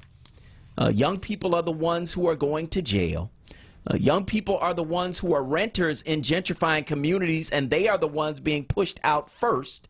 And so young people have really the biggest stake in what is happening politically, as far as I'm concerned, of any demographic group. And when I look at the numbers, when I look at the data, what I find is that young people aren't voting in the numbers that they could. Now, the irony is that the numbers of millennial voters have gone up in the last year or so, which is a great thing. The bad news is that it's still much lower than any other group. And so we are talking about that with some young people who are involved in politics here in the city of Philadelphia. Danielle Page Jeter is with us in studio. She's a public relations professional who is deeply involved in politics. Governor Tom Wolf appointed her to the African American Affairs Commission, and the Tribune named her one of the most influential African Americans under 40. Danielle, welcome to WURD. Good morning. Thanks for having me, Solomon. Absolutely. And we are now joined by Abu Edwards. He is a co-founder of Millennials in Action, an organization that seeks to increase voter turnout among those aged 18 to 35. Abu, good morning. Good morning. Okay, so I'm going to ask you, Abu, how do we increase turnout among those aged 18 to 35? How do we do it? Just want to say good morning. Thank you for having me. Good morning, also Jeter. Good seeing you. Hey, Abu. Hey, I think that the first step for us to increase voter turnout is, number one, is to really spend some time in educating and organizing a lot of those wards and divisions who've kind of been looked over because of voter low turnout wards. Mm-hmm. And it's all about, really, educating our next generation of our 11th and 12th graders, our next generation of voters, to really start inspiring them and to give them the education needed to go out there and make the right decisions. But what makes our organization, what makes Millennials in Action so important is that, Simon, we're the only African-American Millennial Action Committee in the state of Pennsylvania that's registered. Okay. And, our goal is to literally go to those neighborhoods that don't, that the voter turnout is not as high. Right. And to beginning to working on those neighborhoods all summer and all year long around and doing, resource fairs or, voter education seminars or even, having folks sign up to be part of their PDAC communities. It gives us the opportunity to really start working in those identified communities to really get them more engaged. Yeah. And, one of the things that really angered me when I read everything about it and figured out how diabolical it was the influence of Russian people, Russian hackers on social media in the last election. They were literally creating fake accounts. One of them was called Blacktivist, right? They were creating fake accounts targeting young black people and telling them, playing on their skepticism and saying, you know what, it's probably better that you don't vote in this election. That's how you could protest what's going on. You should vote for a third party in this election. And you had black people following them, thinking it was Jamal from 25th Street when really it was Boris from Moscow. You know what I mean? And so how do you combat that? Because, again, a lot of us, especially the younger among us, get our news from social media. And I know you talked about fact-checking, Danielle, but people aren't doing that. So, Yeah. so like, what do you do? I mean, again, social media is not a primary source. I want everybody to know. Please say it again. That social media is that I don't even know if it's a secondary source. Right. I've been out of school for some time, but it's just not a source. Like, you have to be engaged for yourself, and you have to do your own due diligence. You have to do your own research and come up with your own opinions on how to be engaged in the election cycles and the local legislation and national and all of those things. Is very important. And it's, we have to vote every 6 months, right? As an adult, when you turn 18, that should be a part of your responsibility. Right. You put it on your calendar, you make sure you stay in tune with what's going on, and you go out there and you make an informed decision and you vote. It doesn't take a lot of time out of your day, but it reaps a lot of benefits if we are engaged, and that's a part of the way that we can come together as a collective voice to be able to make change. I also believe that the fact that there's so much individualism, which is great, but we do have to unify in a lot of different efforts in order to make change and building relationships. Again, I'm going to keep saying building relationships is also very important and can be really strategic. I like a lot of the points that Abu brought up as far as making sure that we're engaging young people, whether they're in middle school and high school, and getting them at a young age to understand the importance of it, and also getting down to the local level and the grassroots and figuring out where millennials are and going to them and letting them know about the importance of it, because these fake, you can't really verify, like with social media, like the fake accounts and this and that. Right. But if you are engaged and you begin to educate yourself, some things will speak to you like, this don't really feel right or look right. Let me go back and check this out a little bit further. So, Abu, what do you say to your peers when they say to you, man, I don't vote, the system's rigged, I'd rather protest? What do you say to them? I mean, I tell people all the time, I think, I would say my community is blessed to have a guy like me because, I just love my community and I walk around. And I think, once they see someone who is not about the BS and that can get them kind of a straight shot, I tell people all the time, like right now, probably on Tuesday, Millennials in Action is probably going to have one of the largest grassroots campaigns out there, with millennials, in front of the polls. We have, I think, over like 100-something millennials that we're spreading throughout the city.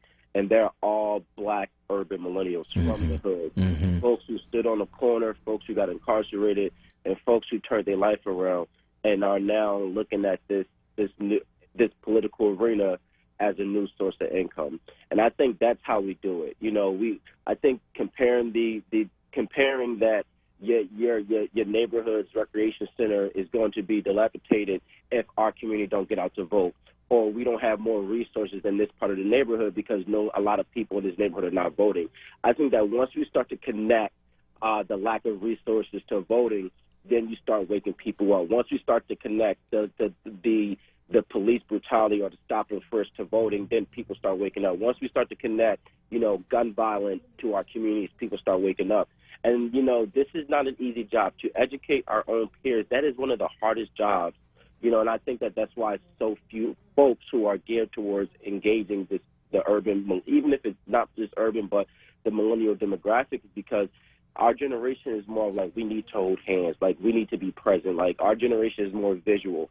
So we're really just trying to educate and paint a visual picture on how everything connects. So, one of the interesting things as I went through the data and looked at how young people are affected by what's happening politically, what I found was that I looked at the shootings from last year. You had almost 1,400 shootings in Philadelphia last year. We talk about the homicides, but we don't talk about the fact that, it was about 1,000 more people, more than 1,000 more people who were actually shot than those who died from shooting. So nearly 40% of the shooting victims last year in Philadelphia were between the ages of 18 to 25. 3 out of 5 of them were black. 9 out of 10 of them were male. And a lot of them survived being shot, but they got to live with that trauma for the rest of their lives. You know, when it came to the homicides last year, 60% of them went unsolved. Like, that's outrageous. That's all of them. It's That's basically all of outrageous. them. You know what I mean? Yeah. Like, and so that affects young people directly, because young people are the ones who get shot. Young people are the ones who are getting killed out here in these streets. As you get older, your likelihood of getting shot in Philadelphia lessens, right? And so the mayor's responsible for that because the police department answers to him. The buck stops there. But I think a lot of young people don't understand that and don't connect the politics to the policing. Yeah, especially when we talk about the funding. So there's funding being taken away from our schools, and the fact that there's not a lot of programs for them to be engaged and involved in, and that leaves a lot of leisure time for them to potentially get into things that could harm their lives and things that could like keep them or get them going down the wrong track. And so where you have, you know, less activity and involvement for them, and that just leaves the streets, you know, and that's a direct connection to voting as well, knowing that the governor has a lot of control over the funding for our schools, right? And the budget, what goes in the budget, how they determine how our resources are used, and so making sure that we elect those people. But they also look at the turnout, right? And because Philadelphia has a low turnout rate, they then equate that to, oh, well, we'll take money out the budget, or we won't give as much to the budget because they're not engaged anyway. So, you know, we're not going to support them in that way. And it's a cycle. Mm-hmm. It is a cycle. And it's a cycle where, you know, you have people who are in political office who feel like there aren't going to be any consequences. And so that's what I want to talk about with you, Abu, consequences. So how do you hold people accountable, man? How do you hold people accountable, and how do you teach those within your demographic that is a part of the process, that it doesn't just stop with voting? So I would say, you know, one of my mentors in the city of Philadelphia that I've paid great homage to is Commissioner Richard Ross, who's been my mentor since I was in high school and was responsible for helping me graduate college, right? And, you know, I've always been a big, like, community police guy. And, you know, what we did as millennials, because, you know, we've always heard that, you know, stopping first and all that good stuff. So what we did with Commissioner, I advised Commissioner to have, like, bi-monthly millennial town halls, right? Yeah. Where it's like, you know, a bunch of millennials from around the city. Doesn't matter if you hate cops or not, you know, come to the town, come to the roundhouse, and we sit down and we have a real dialogue conversation with police, right? Because I think that's just the first step. Right. You know, the first step is to really, you know, figure out what the issues are. You know, why am I being stopped in first? And I think that once millennials start having that opportunity to meet a person like Commissioner Ross, you know, because I think folks don't understand, like, when they look at these blue shirts, they don't think that there's, like, you know, oh, I'm going against the shirt, and it's like this whole entire system. And I think that we got to continue to start opening these doors for this dialogue, man. Like, and I think that, you know, we got to hold people accountable. Now, I think there's always, you know, conflict. You know, there's sometimes that me and Ross don't agree, and there's some things I think that he should have handled a little bit better. But I think that when we're talking about gun violence and gun safety, police can't handle this. This is going to take a collective for everybody. And even with our elected officials, man, we got to start holding our elected officials. I can't wait to the day when millennials start voting at least about 20 or 30% in the city of Philadelphia, and how drastically overnight that this political system is going to change. And the conversations then begin to change. Yes, I believe because the millennials are not voting in high droves, that we're also just ignored and disengaged, because that translates to, oh, they're not engaged, they don't really particularly care, so we're not going to pay them any attention. You know, so a lot of attention is turned away from millennials for the fact that the turnout is just not there. Yeah, and that's a problem. And when you don't have turnout in your demographic, then your demographic is ignored. People don't understand that, you know, those who are in the political apparatus look very closely at these numbers, They look very closely at where their votes come from.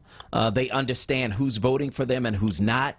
They understand who's going to hold them accountable and who's not, and they act accordingly. Mm-hmm. And that's how they learn and how to spend their money, too. That's right. You know, advertising dollars and things like that. And just for people to actually know that May 21st is an election day, that's just the first step. Right.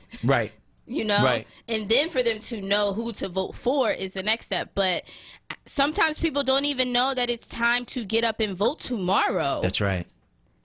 And that's why I think it's important. Even, you know, we could talk about violence, we could talk about education, but I also think that, you know, one of the very important positions that is up for election is the city commissioner's office, because there's no reason why the millennials, we can stand outside of a sneaker store and literally the line is behind the building, and we can go to these concerts in massive droves. Yep. But it's just a disconnect in using that force to go to the polls, and we're going to need, you know, city commissioners to be, you know, engaging, authentic, you know, to really get to the root of how do we engage the next biggest demographic that this country is not even really prepared for. You know, we're not even prepared for 2 or 3 or 400,000 millennials to come out to vote. We're not prepared for it. So it's like, how do we start having those conversations? And if, you know, and we need to look at who are we going to put in these places as city commissioners, so that they can let people know at an early age, so they can have education courses in these classrooms, and that, you know, our young people can be educated on politics before they walk in. It's all about making, you know, elections sexy and fun. Yeah, absolutely. Absolutely. That is Abu Edwards. He's a co-founder of Millennials in Action, an organization that seeks to increase voter turnout among those aged 18 to 35. And, of course, Danielle Page Jeter. She is the founder of AOI Events and PR and Women in Media. She was appointed by Governor Tom Wolf to the African American Affairs Commission. Danielle, thank you so much. Appreciate you. And Abu, we appreciate you too, man. Thanks for joining us. Thank you very much. This was awesome. All right. We're going to go to break. And on the other side, we're going to talk to you. 215-634-8065. That's the number you can call to get in. I'm Solomon Jones. This is WURD. We'll be right back. Philly, D.C., and everything in between. Reality Check with Charles Ellison. Breaking down the latest in local and national news. Monday through Thursday, 4 p.m. till 7 p.m. Right here on Word Radio. Hi, I'm Cody Anderson in support of the re-election of Philadelphia Sheriff Joel Williams. I've known Joel for over 40 years. I've watched him grow and develop from a community activist to a state representative to the sheriff. I know him to be a man of integrity, honesty, and commitment to serving the people of Philadelphia, not his own self-interest. In Joel, what you see is what you get. He's not a showboat, he's the real deal. He's making positive change in the Philadelphia Sheriff's Office. Tuesday, May 21st, vote to re-elect Democrat Sheriff Joel Williams. Push button number 53. Paid for by Citizens for Joel Williams, and I am Joel Williams, and I approve this message.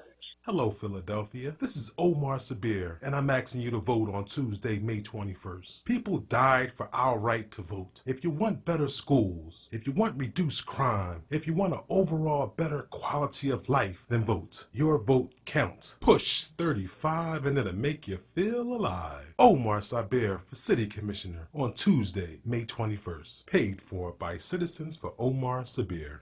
This is Councilwoman Maria Quiñones Sanchez. Thank you for your continued support. I'm your fighter in City Hall because our neighborhoods deserve excellent services and a voice that goes beyond divisive rhetoric and special interests. I never forget that I'm fighting for you and your family's future every day.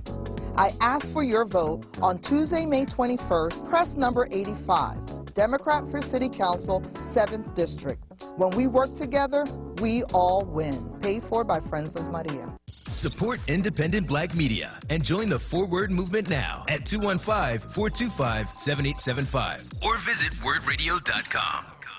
I'm Democrat Jamie Gaudier, and I'm running for City Council in the 3rd District. Growing up in Kingsessing, I learned the importance of community. I founded a program to help single moms graduate college, served as executive director of the Fairmount Park Conservancy, and created jobs and affordable housing programs. I'm Democrat Jamie Gaudier, and on City Council, I will battle gentrification and improve our schools. It's time for new leadership in West and Southwest Philly. Paid for by Jamie for West Philly. As a mom of 2 young boys in Philadelphia, I worry constantly about not only their education, but their safety. Each day on the news, I hear about countless young people lost to gun violence. That's why on May 21st, I'm voting for Isaiah Thomas for City Council at large. Isaiah Thomas has the background, experience, and innovative ideas to improve the lives of young people and all Philadelphians. So remember to push button number 71 and vote Isaiah Thomas for City Council at large. Paid for by Citizens for Isaiah Thomas.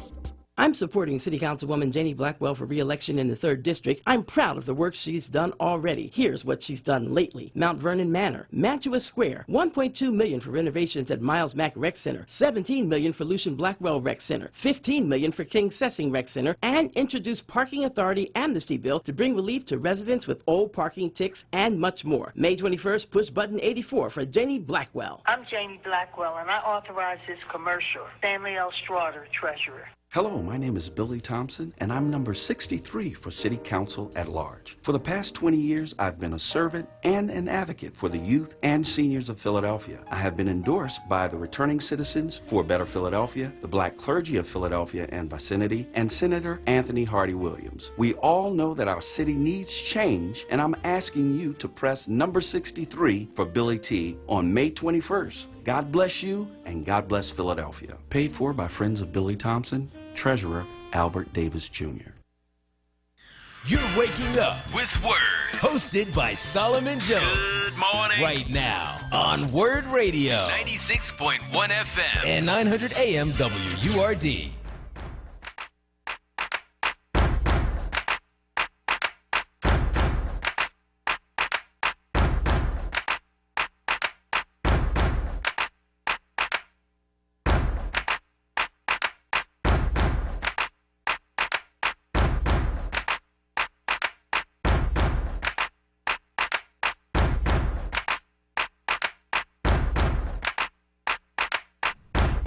Good morning. This is Solomon Jones on 900 AM and 96.1 FM WURD Radio. And I want to welcome you back to Wake Up with Word. Of course, this hour is brought to you by Power. Philadelphians organized to witness, empower, and rebuild. For more information, you can visit powerinterfaith.org. We are, of course, live on Facebook. You can go to 4Word, or you can go to Solomon.Jones on Facebook. That's where you can check us out and see us for yourself. And you could, of course, watch us also on Instagram Live at Solomon Jones 1. Want to remind you that our very own Professor Aaron Smith, the rapper professor, is going to be on a show called Shazam.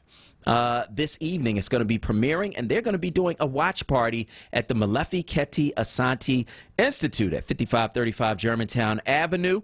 That starts at 8. Doors open at 7:30. Go out and support that brother. So we want to hear from you. 215-634-8065. That's 215-634-8065. That is the number you can call to get in on the conversation right here at WURD Radio and let us know where you are on any of these things we are talking about on this morning's show. We just had a very interesting panel discussion with some young people who are involved in the political process about some of the skepticism that we see from young people, about some of the lack of participation that we see from young people. And we heard about some of the solutions and what they are doing to try to change that narrative and that trend. So we want to hear from you. Give us a call, 215-634-8065. How do you get young people engaged in the electoral process? Because a lot of them believe, look, it's all fixed, it's all rigged. Why should I vote? I haven't seen anything change. And so I want to know from you, how do we reach those who are the younger among us and help to get them engaged in voting? Because right now, they have the lowest vote totals of any demographic, the lowest percentages of any demographic when it comes to voting. I'm going to go to the phone lines to talk to Abdul Jabbar from West Philly on line 2. Go ahead, Abdul Jabbar. Good morning. How are you? I'm good, brother. How you doing? I'm good. So I was very happy to hear the young person on the line talking about, engaging other young people. It's interesting because back in the day, that by 18, they were definitely much more politically savvy, the classes that they had with civics. They don't even have that in schools anymore, right? That's right. So, to me, it's done on purpose. Also, you know, I was telling my son this morning that their focus has become more material-based when they should take a, minute to look and say, what has my parents sacrificed? You know, what have they been teaching us? Because if they've sacrificed for us to get to this point and we benefited from it, then it's time for us to prepare for our children that aren't here yet. Right. And that's what I was explaining to him. You're doing your all of them. You do your children a disservice when you begin to ignore what your responsibilities are. So I think the best way for us to reach them is where they're at and get them to understand, like you said, like the young man said, there needs to be a connection between your vote and police brutality. Yeah. They need to get it, the connection between your vote and your livelihood, being able to be gainfully employed. You just don't want a job for $7.25. That's right. You want gainful employment.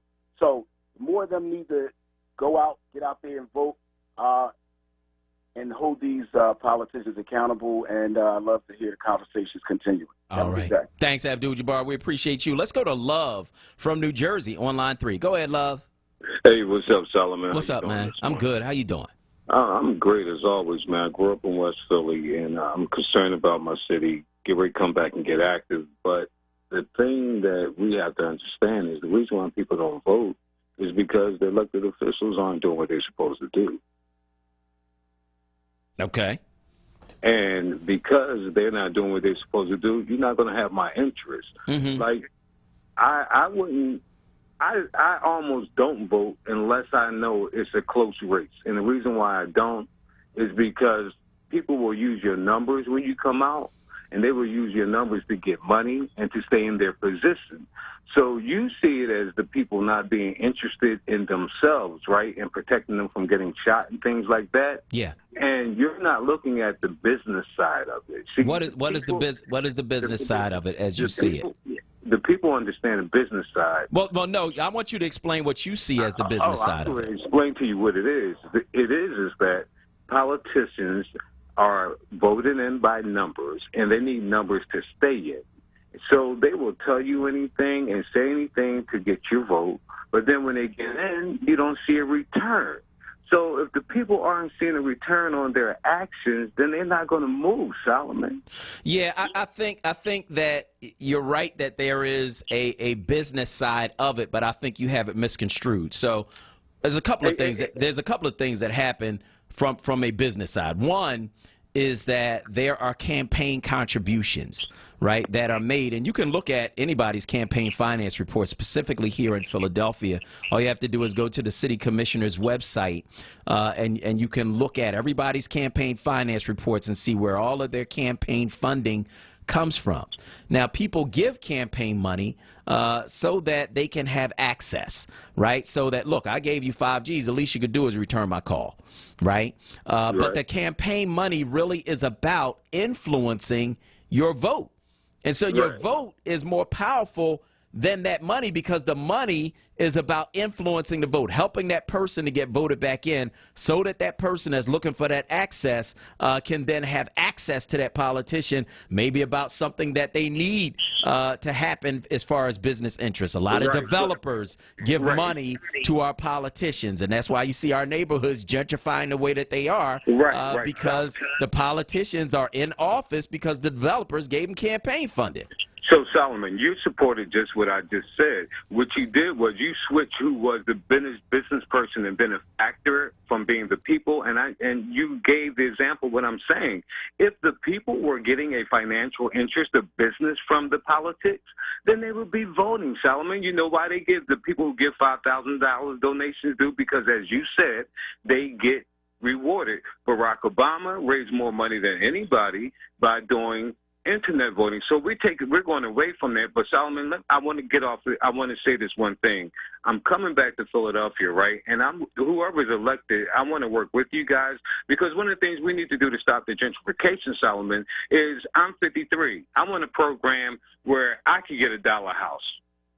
equal me out to the people who have benefited from slavery and Wells Fargo and redlining. I can't have the money that they have, but what my politicians can do is give me a dollar house. Nah, that's hold up. Well, now I got some equity. Now I can do things in my community. Let me explain that.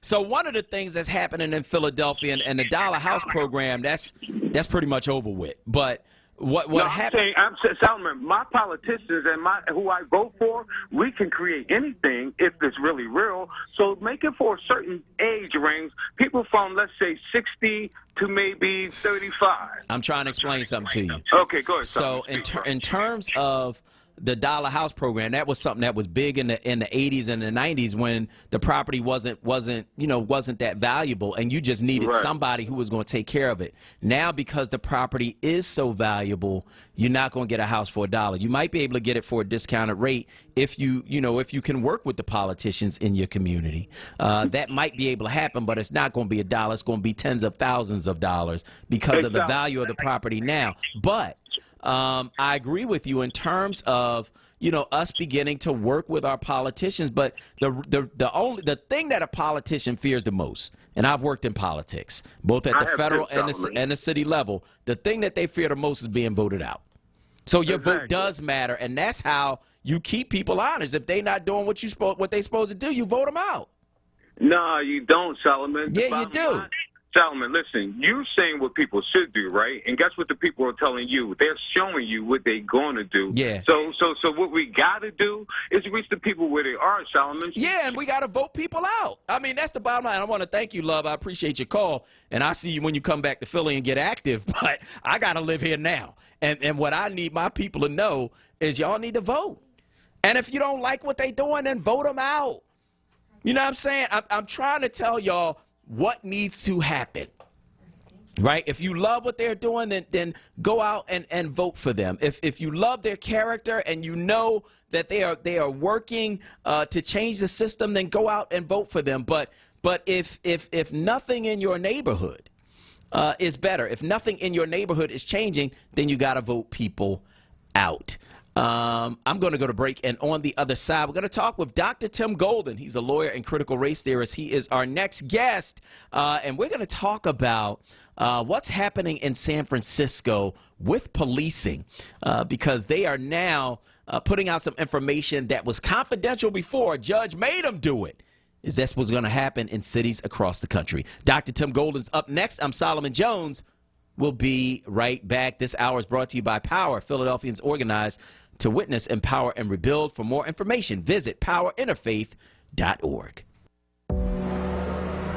I was born and raised in Point Breeze, South Philadelphia. I'm Kenyatta Johnson. I have 2 sons, and they're the joy of my life. I want safe and strong neighborhoods where we all can live.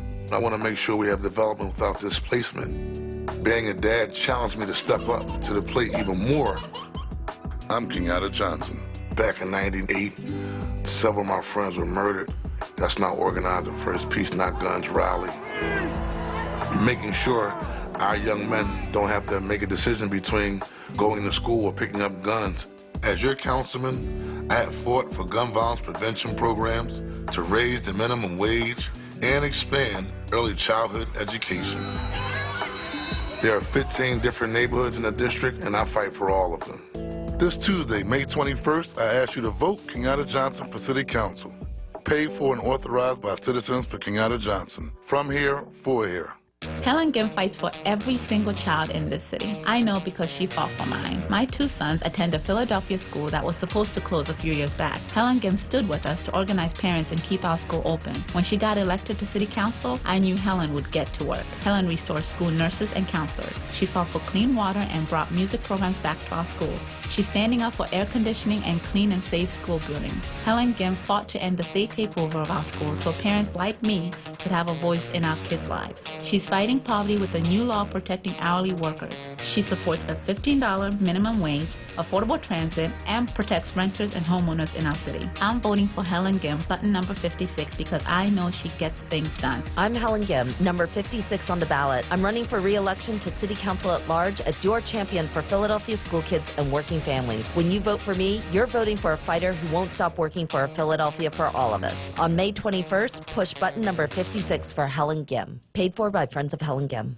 I'm State Senator Vincent Hughes. On Election Day, May 21st, Philadelphians have a choice to make. I'm choosing Sandra Dungy Glenn, button number 77, for City Council at large. We can continue to be a city of the haves and have-nots, or we can choose to move in the direction of supporting working families and moving families out of poverty. I'm choosing a candidate who is fighting for families. I'm choosing Sandra Dungy Glenn. On Election Day, Tuesday, May 21st, please push button number 77 to vote for Sandra Dungy Glenn for City Council at large. This is Sandra Dungy Glenn, and I approve this message.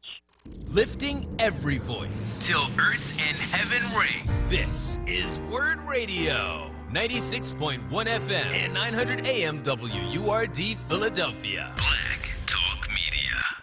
1 in every 4 of us can't make ends meet. We can keep pre-K for our children and still get rid of that ridiculous soda tax. Drug injection sites are not safe, and someone gets killed almost every day in Philadelphia. From poverty to potholes, we can do better. I am Anthony Hardy Williams, and I have been listening to you. We can move Philadelphia forward together. Vote Anthony Hardy Williams for mayor. Paid for by Williams for mayor. Teresa Brunson, number 30 on the ballot for municipal court, is an outstanding attorney. As you know, most of the people going to court today belong to us. They are our children. Teresa has helped me pro bono. We need Teresa Brunson, number 30 for municipal court. She's good for families, small claims, stands for justice, the only African American for this seat. I'm Madeline Dunn, and I endorse Teresa Brunson for municipal court, lever number 30. I'm Teresa Brunson, and I approve this message. Anthony Kyriakakis is the fair voice we need on the Philadelphia Court of Common Pleas. As a defense attorney, Anthony volunteered for President Obama's Clemency Project. He has fought to end racial inequities in our justice system. Now, Anthony is running for judge. He's endorsed by the Democratic Party and received the Philadelphia Bar Association's highest rating. On May 21st, push button number 19 to vote for Democrat Anthony Kyriakakis. Paid for by Anthony Kyriakakis for judge. This is Anthony Kyriakakis, and I approve this message. I'm Democrat Jamie Gaudier, and I'm running for City Council in the 3rd District. Growing up in Kingsessing, I learned the importance of community. I founded a program to help single moms graduate college, served as executive director of the Fairmount Park Conservancy, and created jobs and affordable housing programs. I'm Democrat Jamie Gaudier, and on City Council, I will battle gentrification and improve our schools. It's time for new leadership in West and Southwest Philly. Paid for by Jamie for West Philly. Drive in with Solomon Jones. Drive home with Charles Ellison. This is Word Radio, 96.1 FM and 900 AM WURD. Philadelphia, independent black media. Word Radio News Update with Vincent Thompson. Good morning. Here's the latest from the Word Radio Newsroom, 96.1 FM and 900 AM. As you've been hearing about all morning on Wake Up with Word, graduating seniors at Morehouse College in Atlanta got a surprise yesterday when billionaire investor Robert F. Smith announced during his commencement speech that he would pay off the student loan debt for the historically black college's graduating class. That is an estimated $40 million. One of those seniors is Maximilian Sanders, a William Penn Charter High School graduate from Bryn Mawr, Pennsylvania. Sanders says in the weeks leading up to graduation, he, like many of his classmates, were already thinking of a plan about how they would start paying back their student loans. Now he and his parents do not have to worry about student loan debt anymore. Morehouse President David Thomas called Smith's gesture a liberation gift for the class of 2019. Mosques across the country are holding open houses during the month of Ramadan. Islamic leaders in Philadelphia, South Jersey, and Delaware hopes the events bring people of all faiths closer together. Both Muslim and non-Muslim visitors are welcome to pray and eat a special dinner known as iftar with members of the mosque. There were about 70 mosques nationwide that held similar events this past weekend. The final day of Ramadan is June 4th. And a reminder, the Pennsylvania primary election will happen tomorrow, May 21st, Polling places will be open from 7 a.m. to 8 p.m., so please go out and vote. The main races in Philadelphia will be the Democratic primary for mayor and city council at large seats for Democrats and Republicans. I will anchor a special edition of the Political Source Show tomorrow from 10 to 11 a.m. here on WURD Radio. WURD will have coverage of Election Day all day tomorrow. Checking sports, the Phillies defeated the Colorado Rockies yesterday. Phils star Bryce Harper homered for the second straight day, and he is out of his hitting slump. The Phils activated utility player Scott Kingerly from the injured list and sent outfielder Nick Williams to the minor leagues. Kingerly started in center field for the first time in his career yesterday. The Phils open a 4-game series against the Chicago Cubs today. And Eagles defensive end Chris Long announced his retirement from the NFL this weekend. Not long after his official announcement on Twitter, the Eagles congratulated Long, who became a fan favorite in Philly during the 2 years he played here. Long played for 11 years in the NFL and won the Super Bowl in 2016 with the New England Patriots and 2018 with the Eagles. Long was named the 2018 Walter Payton Man of the Year for his charitable efforts through the Chris Long Foundation. Vincent Thompson, WURD Radio News.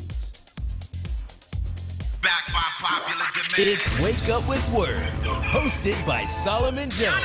Right now on WURD Radio. 96.1 FM. And 900 AM WURD.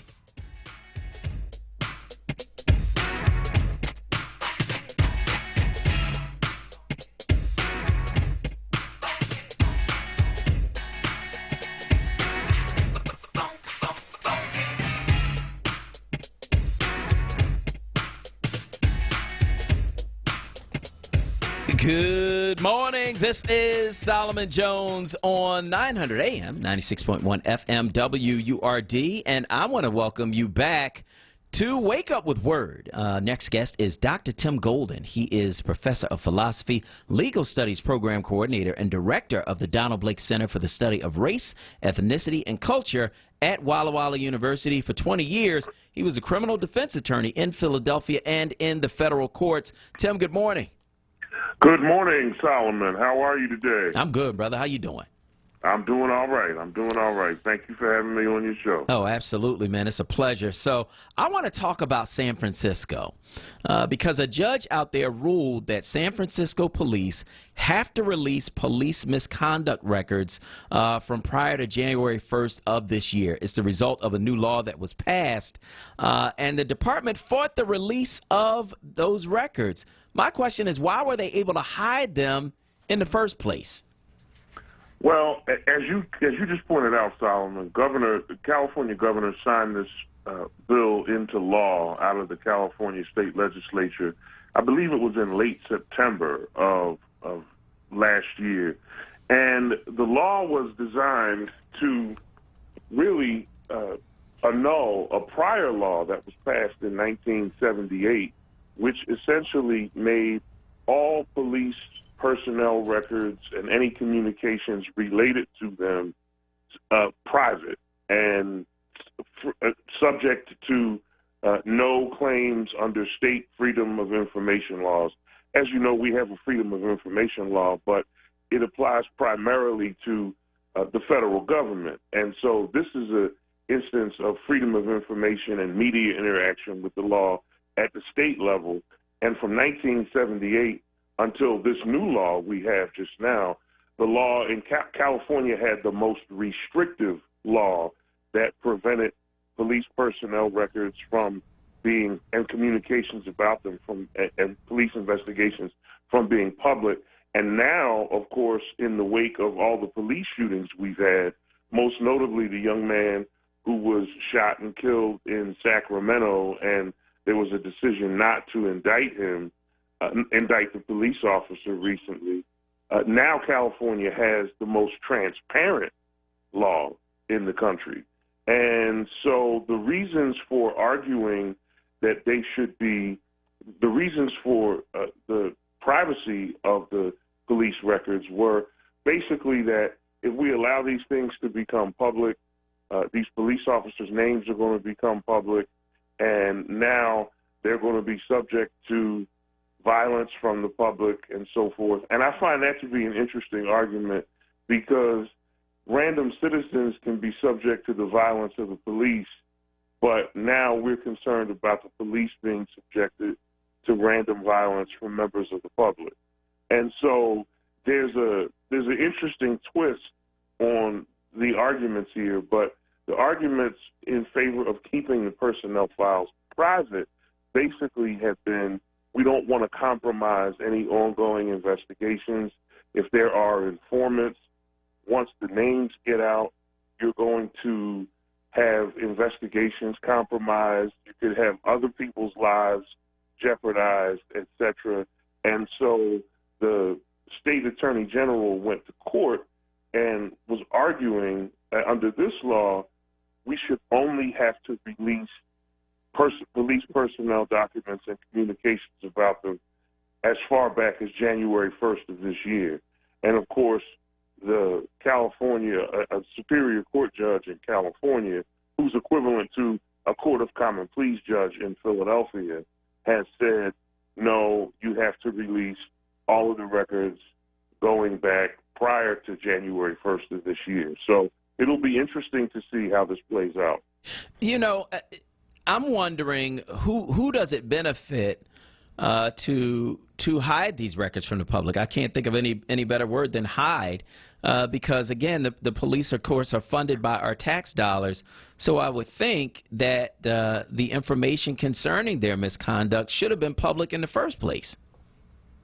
Right. Well, it probably, a lot of people feel that way. A lot of people feel that way. People do, however, think that, and I can say this, as a lawyer, as a member of a profession where accusations are sort of routinely made against you, as a professional, you do have an interest in making sure that not every frivolous accusation is against you is made public. Even in the attorney disciplinary system in Pennsylvania, there's such a thing as a distinction between public discipline and private discipline. So it isn't that we want to necessarily, that the police necessarily want to hide anything, but if you're, for example, if you're a good police officer, right, and some accusations are made against you that are patently untrue and there's an investigation, the record of that investigation would be made public, right? And part of what the Attorney General was arguing was that it would be problematic for a police officer who does his or her job well, to have accusations made against them that may not have any merit made public, because then every officer, good and bad, is going to be impugned. So that was the argument that they were making. And now what's going to happen, apparently, in California is the Attorney General is now making an argument that as they try to negotiate the release of these records and make them public, the Attorney General is making an argument that the judge's ruling only applies to documents as it relates to the state police, that the judge's ruling, therefore, does not apply to every local sheriff, every local constable, every local municipality, because according to the Attorney General, that sort of request is far too comprehensive and unmanageable. So they're arguing that only documents that are in the possession of the state are ones that are subject to the release under the new law. So it'll be interesting to see how this plays out. Yeah, well, and I'm wondering if this is going to become the standard across the country. So I guess we'll see. Yeah. Well, apparently California is following suit of some other states, and theirs happens to be the most transparent. But we'll see what happens. I think the release date is supposed to be sometime in June, and they're trying to negotiate that now. So we may not be finished with court challenges as of yet, because that was the equivalent of a common pleas judge in California that made that ruling. So that ruling may be appealed. We'll see what happens. Yeah. Let's talk about what's happening in Alabama. They have passed an anti-abortion law that aims to lock up doctors for life if they perform abortions. The law is expected to make it to the Supreme Court. What's the path it'll take, Tim, and what's likely to happen?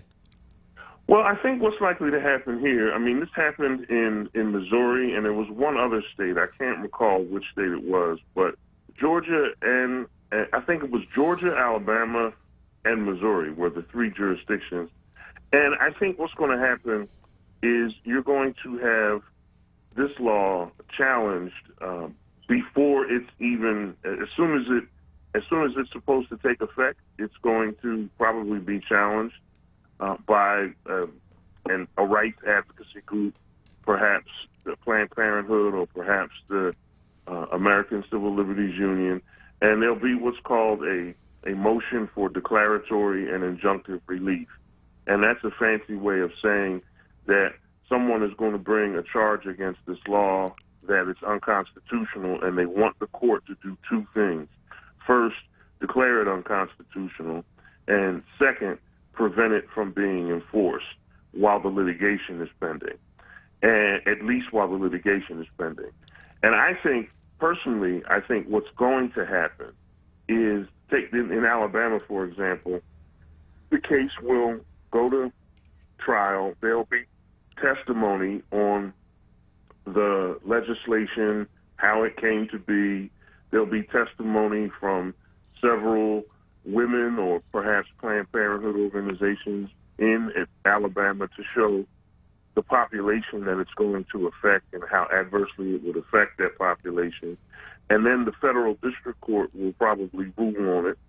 I doubt that this law is such a patent violation of existing Supreme Court precedent.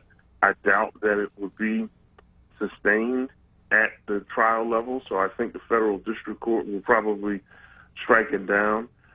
Then I think it will turn around and probably be upheld in the Court of Appeals for the 11th Circuit, the U.S. Court of Appeals for the 11th Circuit, which I believe is Alabama, Georgia, and Florida.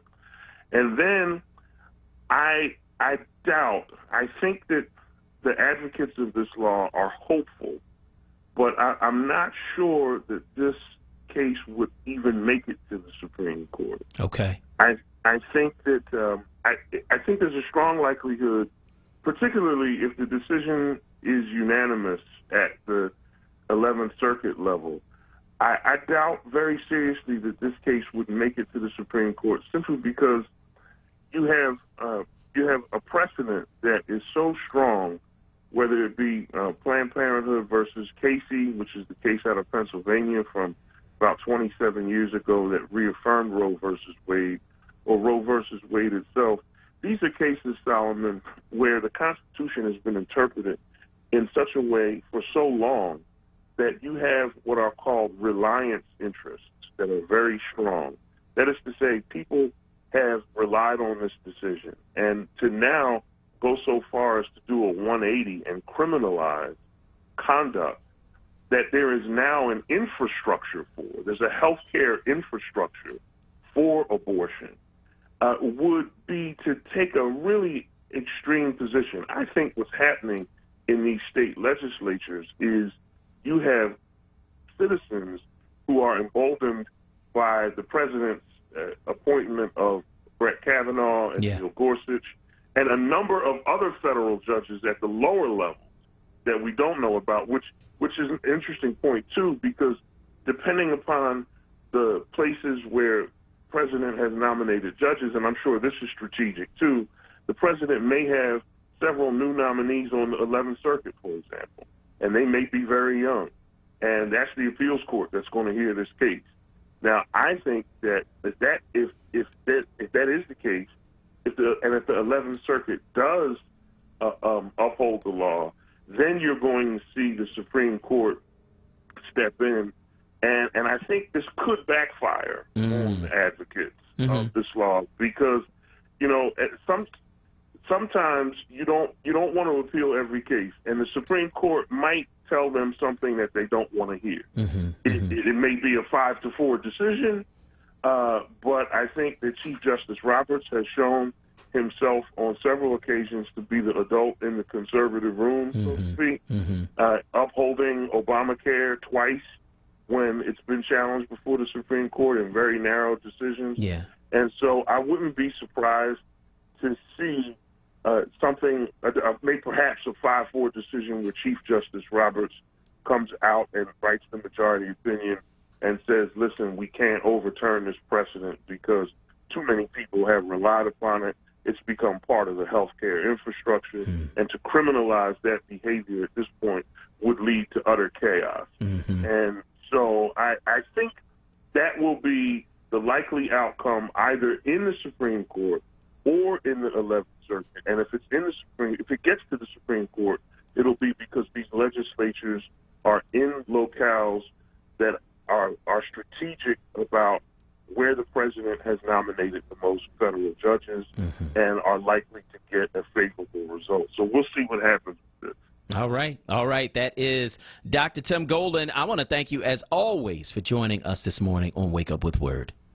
Thank you for having me, Solomon. All right. That's Dr. Tim Golden. He joins us Mondays to break down some of the biggest stories that we are looking at from both a legal and a racial perspective. He is a lawyer and critical race theorist and a professor of philosophy, legal studies program coordinator, and director of the Donald Blake Center for the Study of Race, Ethnicity, and Culture at Walla Walla University. We are going to go to break, and on the other side, we're going to take your calls at 215-634-8065. That's 215-634-8065. I'm Solomon Jones. This is WURD. We'll be right back. Listen to Word Radio on the go with the Word Radio app. Search for WURD in your favorite app store today and take us with you wherever you go. Stay connected to Word Radio, independent black media.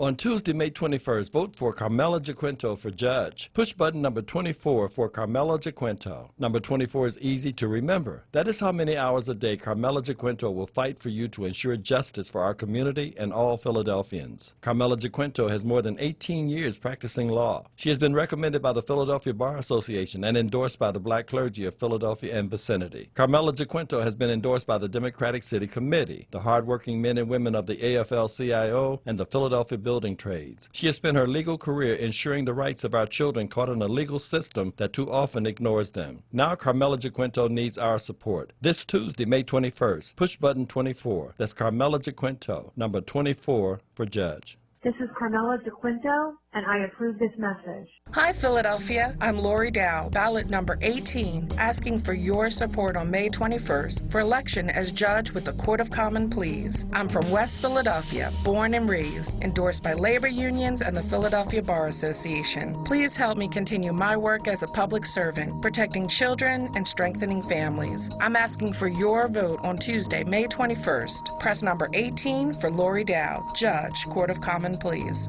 Paid for by friends of Lori Dow for judge. Listen live at wordradio.com.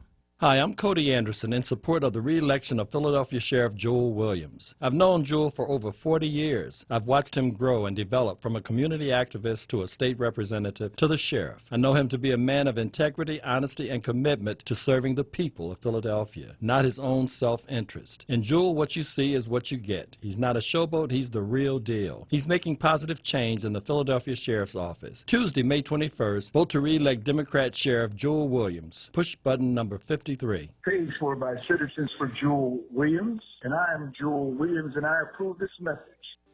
Anthony Kyriakakis is the fair voice we need on the Philadelphia Court of Common Pleas. As a defense attorney, Anthony volunteered for President Obama's Clemency Project. He has fought to end racial inequities in our justice system. Now, Anthony is running for judge. He's endorsed by the Democratic Party and received the Philadelphia Bar Association's highest rating. On May 21st, push button number 19 to vote for Democrat Anthony Kyriakakis. Paid for by Anthony Kyriakakis for judge. This is Anthony Kyriakakis, and I approve this message.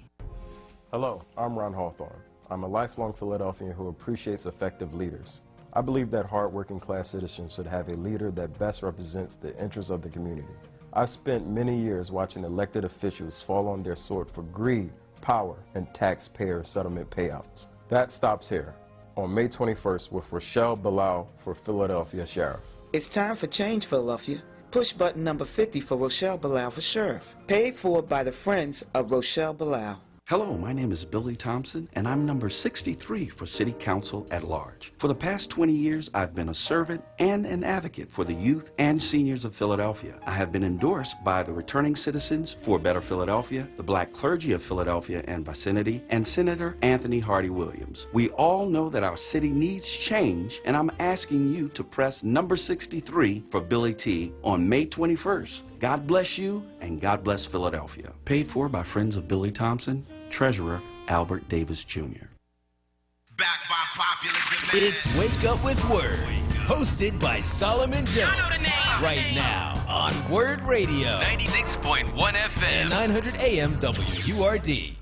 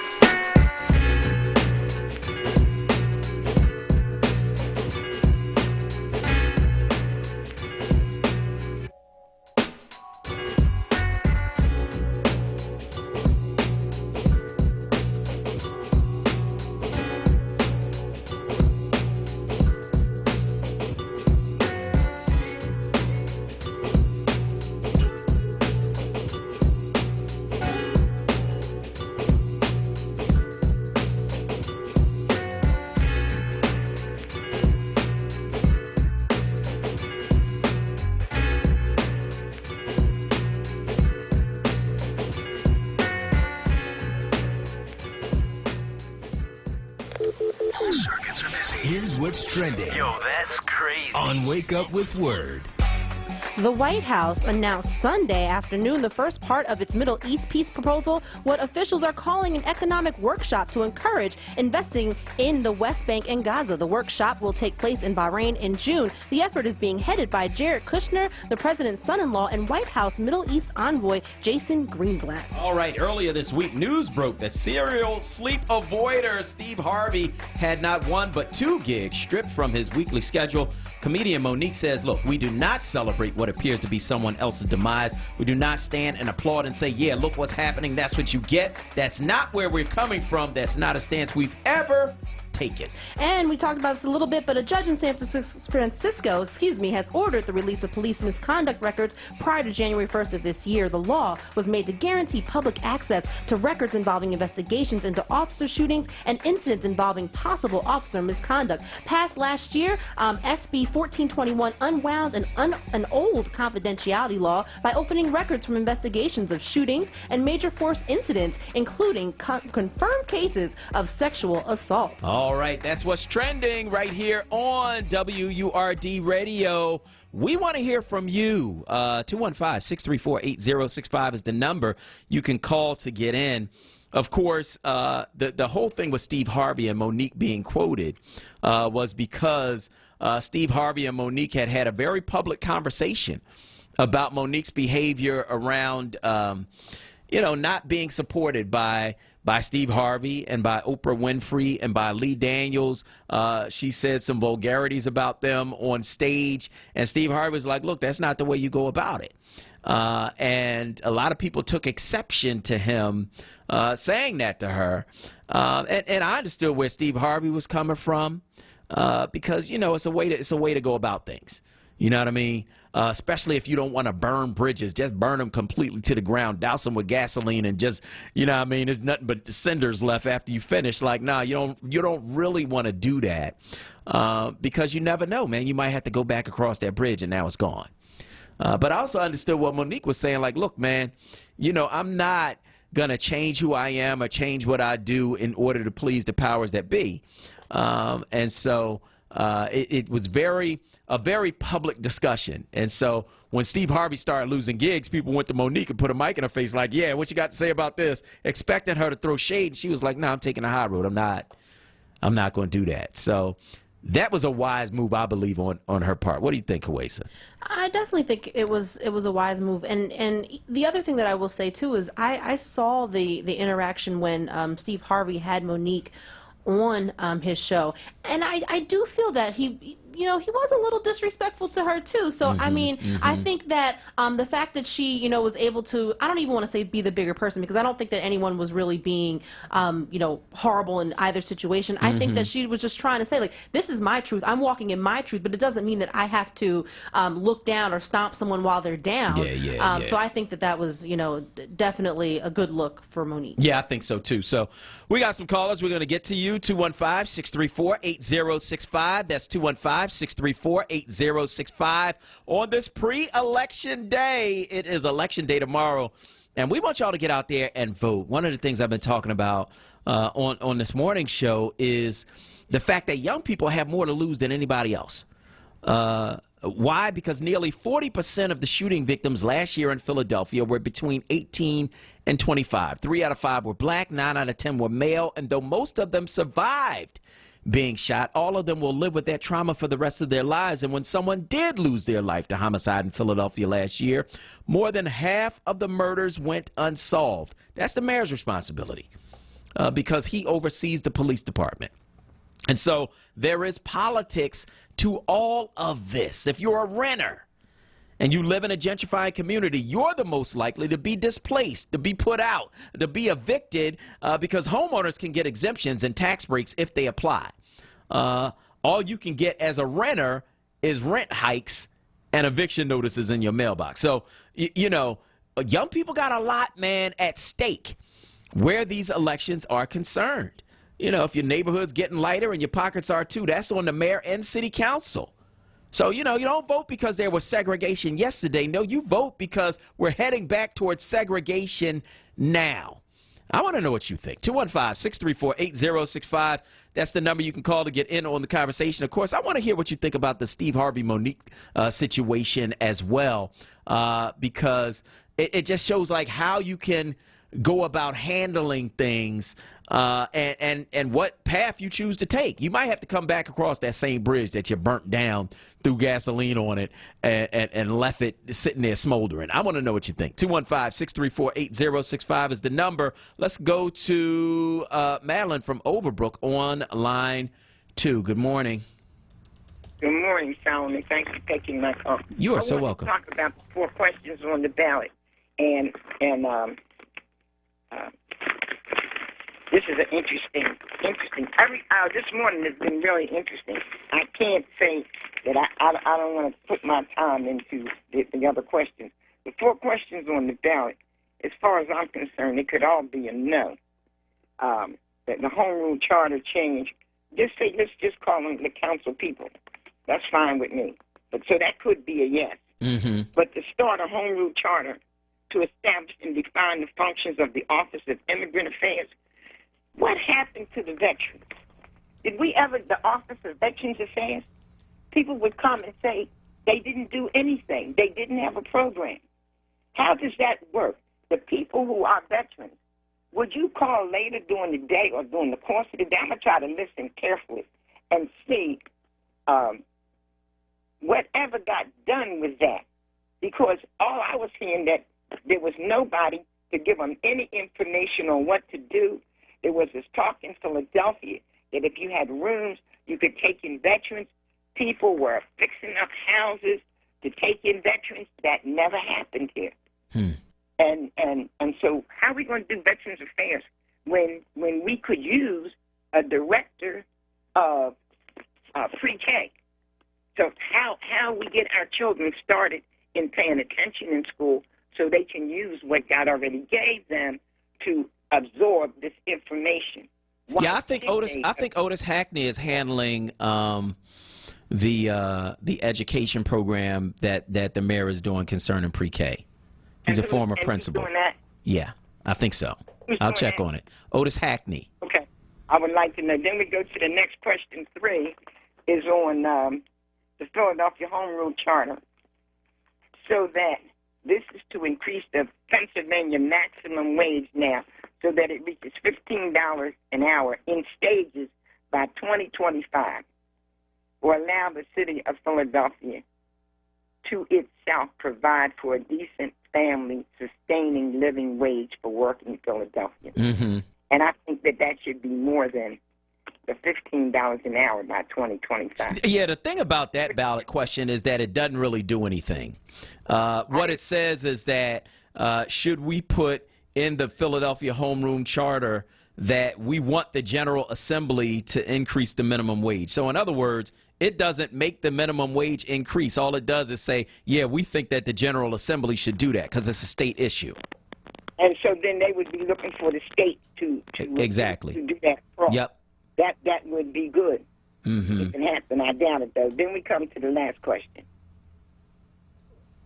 Yes. It's public safety. Mm-hmm. Shall the Philadelphia Home Rule Charter be amended to require the establishment of public enforcement officers? Mm-hmm. I just see that as more, and I'm not going to lie, because I see them up and down the street now. Mm-hmm. White boys with yellow and jackets with green on it, mm-hmm. Or light green, up and down the street. Kids sitting on the porch talking there. They go over there to them.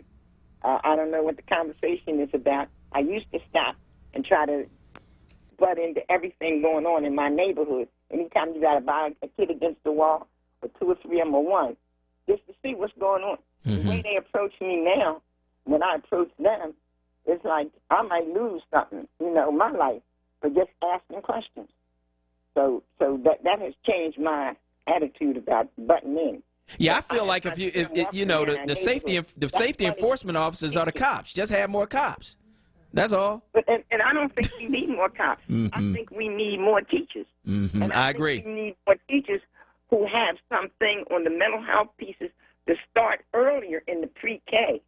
And Solomon, all of those ads that Kenny's got up, it's like the $15 an hour he did it. Mm-hmm. It's like the schools are working for 4,000 kids, the other 17,000. He don't talk about that. Mm-hmm. Mm-hmm. Where is this money going to come into play with those kids? The black child care centers are not getting it because they don't have the 3 gold stars. I was under the impression that the money was going to be used to help them develop the 3 gold stars so they could take these other children in. 17,000 kids is left out in the cold. What are they going to do with the $360 million? That's a good question, Ms. Dunn, and I appreciate your call, as always, to WURD Radio. Thank you so much. We got about 4 people online, so we got to get to them. Let's go to line 4 and talk to Tony from Delaware. Go ahead, Tony. Yeah, good morning. Good morning. So 2 quick points before I get to the voting, youth voting. Yes. I mean, I'm all for the dictionary version or definition of gentrification, and I'm not sure why we as a community aren't, on the forefront of gentrifying. It's baffling. Maybe it's access to capital. It is access to capital. You just answered your own question. Then we need to talk because, I know how to get money for anybody as long as they don't even got to have a good credit score. They just got to be able to show assets. So, it's just, I think that's a hurdle that is. Well, you must not be dealing with banks, Tony, because if you go to the bank, you need to have a credit score. You need to have some assets. No bank. Okay. So if that's the problem, so who's overseeing that process by what you're talking about, helping people get money? There's hard money lenders, okay, and people know what they're doing in a project. They get their project done in maybe 5 months and get in and out. So and then you start generating your own capital. You just lend money your own self. But the thing is, this access to capital thing is just been stymieing, the black community for so long, and it's just a roadblock that it really shouldn't even be there. But now to this voting thing, and again, we should be gentrifying anyway. Now for the voting thing, people in communities like say for instance Philadelphia, okay, the young people. I know Baltimore, but it's probably the same in Philadelphia. The young people in Baltimore are. When I talk to them, and they're just disgusted with the system not doing anything. But if you had these cities that are predominantly black, if you got away from these Republican and Democrat parties, and you had a party that, say, the Philadelphia Urban Party that's just going to focus on Philadelphia, these young black people will come out and vote for those people. And with these people in charge, these people will take care of Philadelphia. But you got these people led by Democrats and Republicans they got to toe the party line. So therefore, nothing gets done because, hey, truth be told, Democrats need people poor to keep their narrative going, and Republicans, whatever, they got to do whatever to get whatever, their thing to keep on going. You think so? All right. Well, I hear you, and I want to thank you so much for your call this morning on WURD Radio. We got to go to Sister Green from South Philly on line 3. Go ahead, Sister Green. Hi, Solomon. How are you? I'm good. How you doing? Well, I was calling because I want to talk about real quick what you're talking about in terms of people being turned off and not voting. Yes. The problem is this. Okay, now we just found out over the this past weekend, that we got to go tomorrow because a bill has been put in to change our whole mall area down here into residential condominiums. That's the Passyunk Mall in South Philadelphia. Anybody listening know? This mall serves 3 black communities, Point Breeze, Great Ferry, and the Wilson Park Public Housing, where we got 3 towers of senior citizen. And there was no meeting with us at all, no black leadership. And so this is why people get turned off. We're saying that it's not that we don't want to support our council person or whatever, but the thing is that how do you have changing of a Passyunk Mall into residential condominiums? So now we got to go down to the Planning Commission tomorrow at 1 o'clock, and I'm asking people to come down there and please to the Planning Commission and let them know this is our shopping area and that we actually put the bill on hold and have the developer meet with the African American leadership. I'm talking about church leaders. I want to put together a whole group of leaders and social community leaders to meet with this developer to find out what is the plan. Because part of gentrification is when you take out a shopping area where the poor and working class live, that also is move people out because they don't have a shopping area like our seniors, our disabled people. That's not fair to us. Okay, obviously this plan did not go into effect right away. This has been a year planning or whatever, and we just found it out, and we got to go to the Planning Commission on election day. Well, we should be out encouraging people to go out and vote. We got to go down here and fight this. All right. Well, that's 1 o'clock tomorrow, so go down there and join with those folks in South Philly as they ask some questions about this project, as is their right. We are going to go to break, and on the other side, we're going to continue our conversation right here on WURD with our next guest, Marcus Chambers, about his path and his road toward the Olympics. I'm Solomon Jones. We'll be right back. Listen to Word Radio on the go with the Word Radio app. Search for WURD in your favorite app store today and take us with you wherever you go. Stay connected to Word Radio, independent black media. I've been a longshoreman all my life. And when I visit the Port of Philadelphia and see those big, beautiful new super cranes in action, I just wish the rest of Philly could work this well. But across the river, Camden's homicides and violent crimes are declining, while violence here in Philly just keeps getting worse and worse. It's easy to see why. 26% of Philadelphians live in poverty, and guns are everywhere. Here at the port, people who never got high school diplomas can still get jobs that pay $100,000 a year. Alan Butkovitz has a plan to increase the number of jobs like this. But Jim Kenney's been doing the opposite.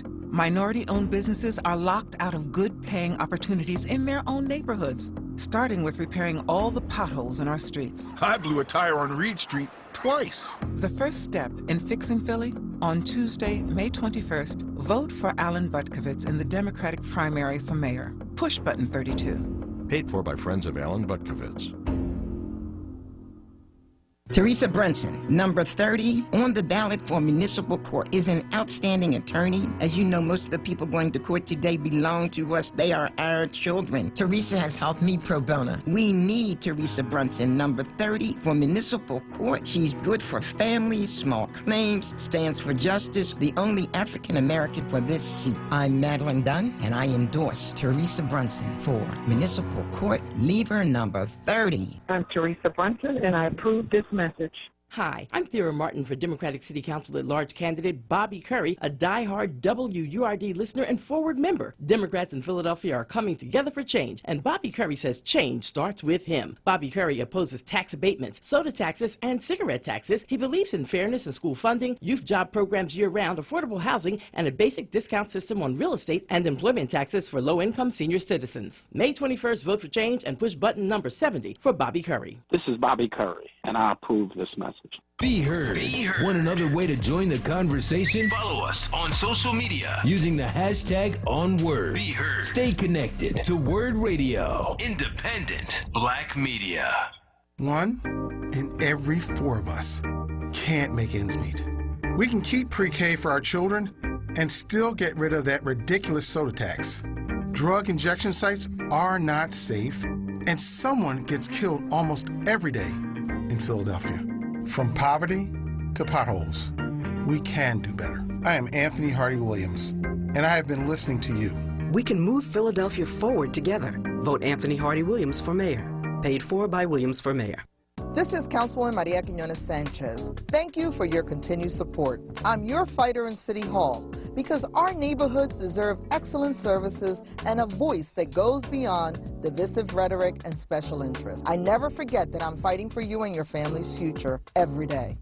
I ask for your vote on Tuesday, May 21st, press number 85, Democrat for City Council, 7th District.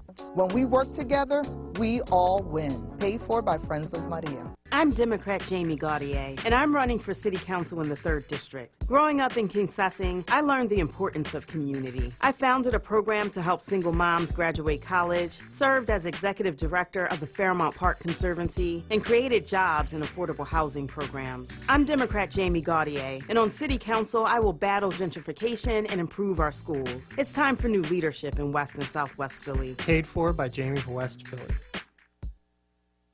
It's Wake Up with Word, hosted by Solomon Jones. Good morning. Right now on Word Radio, 96.1 FM and 900 AM WURD.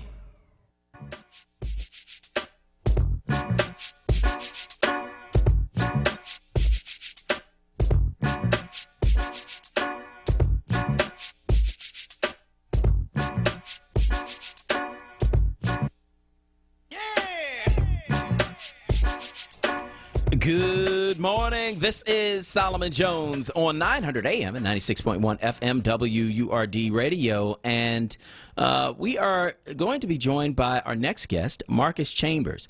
He's a graduate of the University of Oregon who became a professional track and field athlete with Nike. He joins Wake Up with Word to share his journey. Good morning, Marcus. How are you?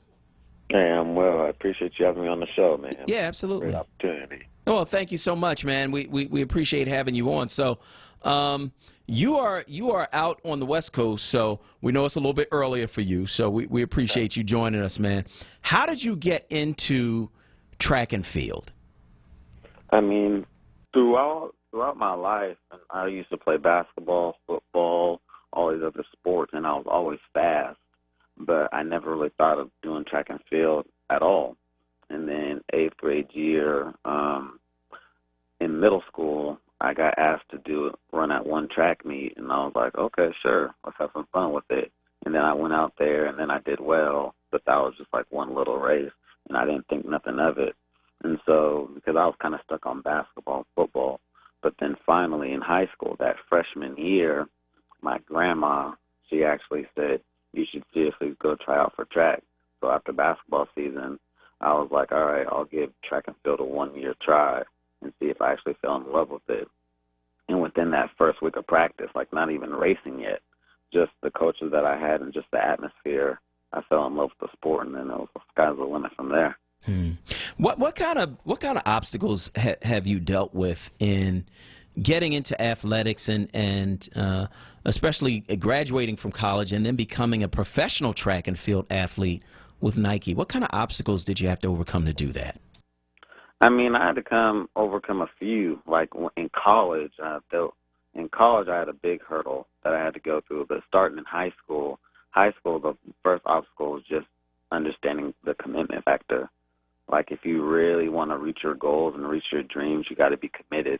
Because my freshman year, I wasn't committed at all. Like I love the sport, but like I told you, I was still all about basketball. So even during track season, I decided to play basketball as well. And so the commitment factor, I say that because I ended up getting hurt, which kind of ruined my freshman year track season. Because at the end of the day, I had to sit out 3 weeks of track season due to me going to play a sport that I wasn't supposed to be committed in at the time, and I got hurt.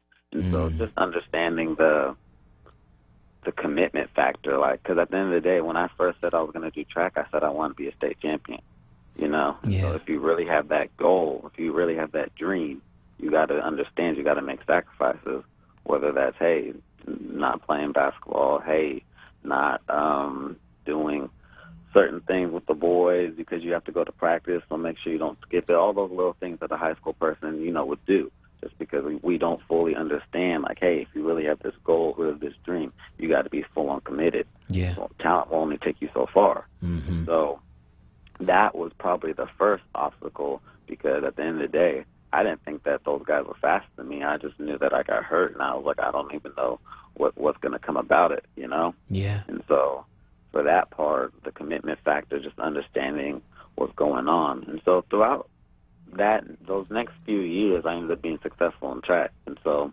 I ended up winning state multiple times. I ended up being a junior Olympic All-American. I ended up winning junior USAs and representing the USA at the Pan American Games. But then in college, you know, that was probably the biggest hurdle that I ever had to go through, just because I came out being so successful in high school. Mm-hmm. And not going to lie, I wouldn't say that I expected to win nationals in college and stuff like that, but I expected to be good. Yeah. You know? Yeah. And in college, I came in, like I said, the fastest high school 400-meter runner in the nation. So in my mind, I'm going to come out there and I'm a torch things. I'm going to do good. Like, I'm going to have some type of success, whether, like, no matter what it is. But that whole year, I ran terribly. You know, like, I ran terribly the whole year, like from the first race to the last race. And in my mind, there's no way you could tell me that I wasn't trying. There's no way you could tell me that I wasn't working hard. So it's like, I'm wondering, I was working hard in high school, why am I not successful here? Yeah. Like, it doesn't make sense. And then that's when I started losing the confidence. I started not believing in myself, which made things worse. I started thinking my coach was going to take my scholarship. And I started thinking all these things that I should have never been thinking, but all those stress, all those pressures I was putting on myself was another reason why my season never went better. And that's one thing, when a lot of people don't get what they want right when they want it. I mean, I didn't understand that it was a journey. Yeah, you learned that nothing was instant. Yeah, like nothing's instant. Like, you get, like, if you wanted to do well on a test, like, you could, that's an instant thing. You could study for that and do well. But like, if you told yourself you wanted to get end with a 4.0 GPA, like cumulative GPA, that's a process. You can't just get that instantly. If you say you want to score X amount of points in one game, cool. But it's like, if you want to do bigger things, it's a journey. Like, you got to work for it, and it takes time. And I just wanted that instant, okay, I'm fast again. Ooh, like, what's going on? But I wasn't getting it. And so I was pointing fingers, like, it's my coach, he's not doing things right. Am I not doing things right? And so a lot of people, when they go through those things, they just get in their head. And it wasn't really a physical thing. I think it was more of a mental thing for me, that I just stopped believing in myself. So no matter how hard I worked and how much my body felt good, it doesn't matter, because my mind was telling me you're not ready. Your mind's telling me you suck. Your mind's telling you all this other type of stuff. Yeah. So that's why I just kept failing and failing. And realistically, and the crazy thing, like I told you, I thought my coach was going to take my scholarship and all these other things because I'm running slow. But at the end of the season, my coach called me in. Well, I told him I want to have a meeting with him. And he was like, I believe in you. I don't know why you put so much pressure on yourself. Now believe in yourself, and I'll see you next year. He literally said that. Yeah. And then he literally said, you can go now. Like, we didn't even talk. He literally walked in. Right when I walked in, he saw my face or whatever. He knew that I was probably thinking the worst or whatever, and he literally just said, I believe in you. And so then I was like, wow. So I was really thinking all this other stuff for the longest, like, I'm going to lose my scholarship. He's mad at me. Other people are saying I'm washed up and all these other type of things. And at the end of the day, I just need to worry about me and the people that care about me and not listen to the other outsiders. And so since I was doing all those things, that's why I had that bad freshman year. So that was one of the biggest hurdles that I had to go through. So then that whole summer, I had to gain the confidence back and, starting to have that conversation. that was key for me. And at the end of the day, some people do different things. Like some people need X, Y, Z in order to start feeling better and gain their confidence. Like I just needed that support. Yeah. You know, like I have friends that I was running bad and I wasn't talking to. Like the same guys that supported me in high school. Like those were the same guys. No matter if I was running well or if I was running bad, they still supported me. Let me ask you this, because we got about 2 minutes left in the show, and I just want to know, because you went for the Olympic team, you made it to the semifinals, you didn't quite make it, and now you're training for the Olympics again. Yes, sir. What advice would you give to young up-and-coming track athletes in making it to that kind of level? And to make it to that kind of level, I mean, there's two things. Realistically, you got to trust the process. Like that, like I know people say that you literally have to trust the process and believe in your coach, because track and field's not a sport that you can just go put up 1,000 extra shots and do all this extra work. Like when you go to work, like you got to have that quality practice, and then that's it, because you don't want to stress your body out so much. And a lot of people in the sport try to do a whole bunch of extra things trying to get good. But realistically, you got to trust your coach and you got to grind. Because at the end of the day, all sports you got to grind. But nobody really understands that the coach is key and that you have to trust the process, because when you don't run fast, when you want to run fast, you got to understand that's going to come in sooner or later. You just got to stay confident, because I lost confidence, and that's what threw me off. And I've seen tons of other track and field athletes quit because they weren't getting that instant fast race, that instant PR. And so it took me 2 years of PR in college before I finally did it, you know, and a lot of people would just say, forget this, I'm done, I'm slow. And so I would really just say you got to trust the process and trust the coach and really grind, and that's the key. And even when I didn't make the Olympics, and because I made the semifinals that my junior year in 2016, I was like, dang, I got to wait a whole another 4 years to try this. But at the end of the day, it's worth it, and so you got to keep going, you got to keep pushing. All right, that's Marcus Chambers. He is a graduate of the University of Oregon who became a professional track and field athlete with Nike. He joined us to share his journey and to talk about his quest to represent Team USA in the upcoming Olympics in 2020. We wish you the very best with that. Thank you so much for joining us this morning on WURD. I appreciate it, man. All right. We'll talk to you soon. So I want to remind you one more time that our very own rapping professor, Aaron Smith, is going to be at Malefi Asante Institute at 5535 Germantown Avenue. The event starts at 8. Doors open at 7:30. They're going to be doing a watch party for the show Shazam. He's going to be on that show tonight, and they're going to be doing a watch party for that. So go out and support our brother, Professor Aaron Smith. And I want to thank all of you for joining us on this morning's show. Man, we got a whole lot that we're going to have to be talking about tomorrow, because tomorrow is Election Day, and we need to get out and vote. We need to get out and have an impact on what is going on in our city. For those who didn't do what they said they was going to do, they need to be held accountable.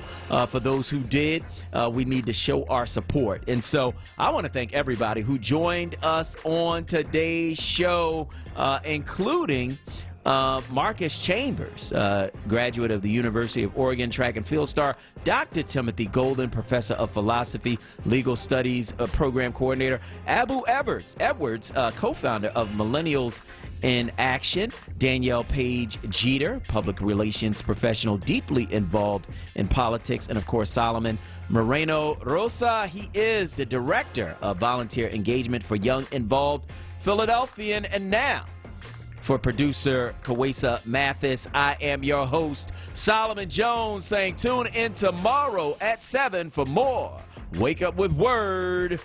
Peace.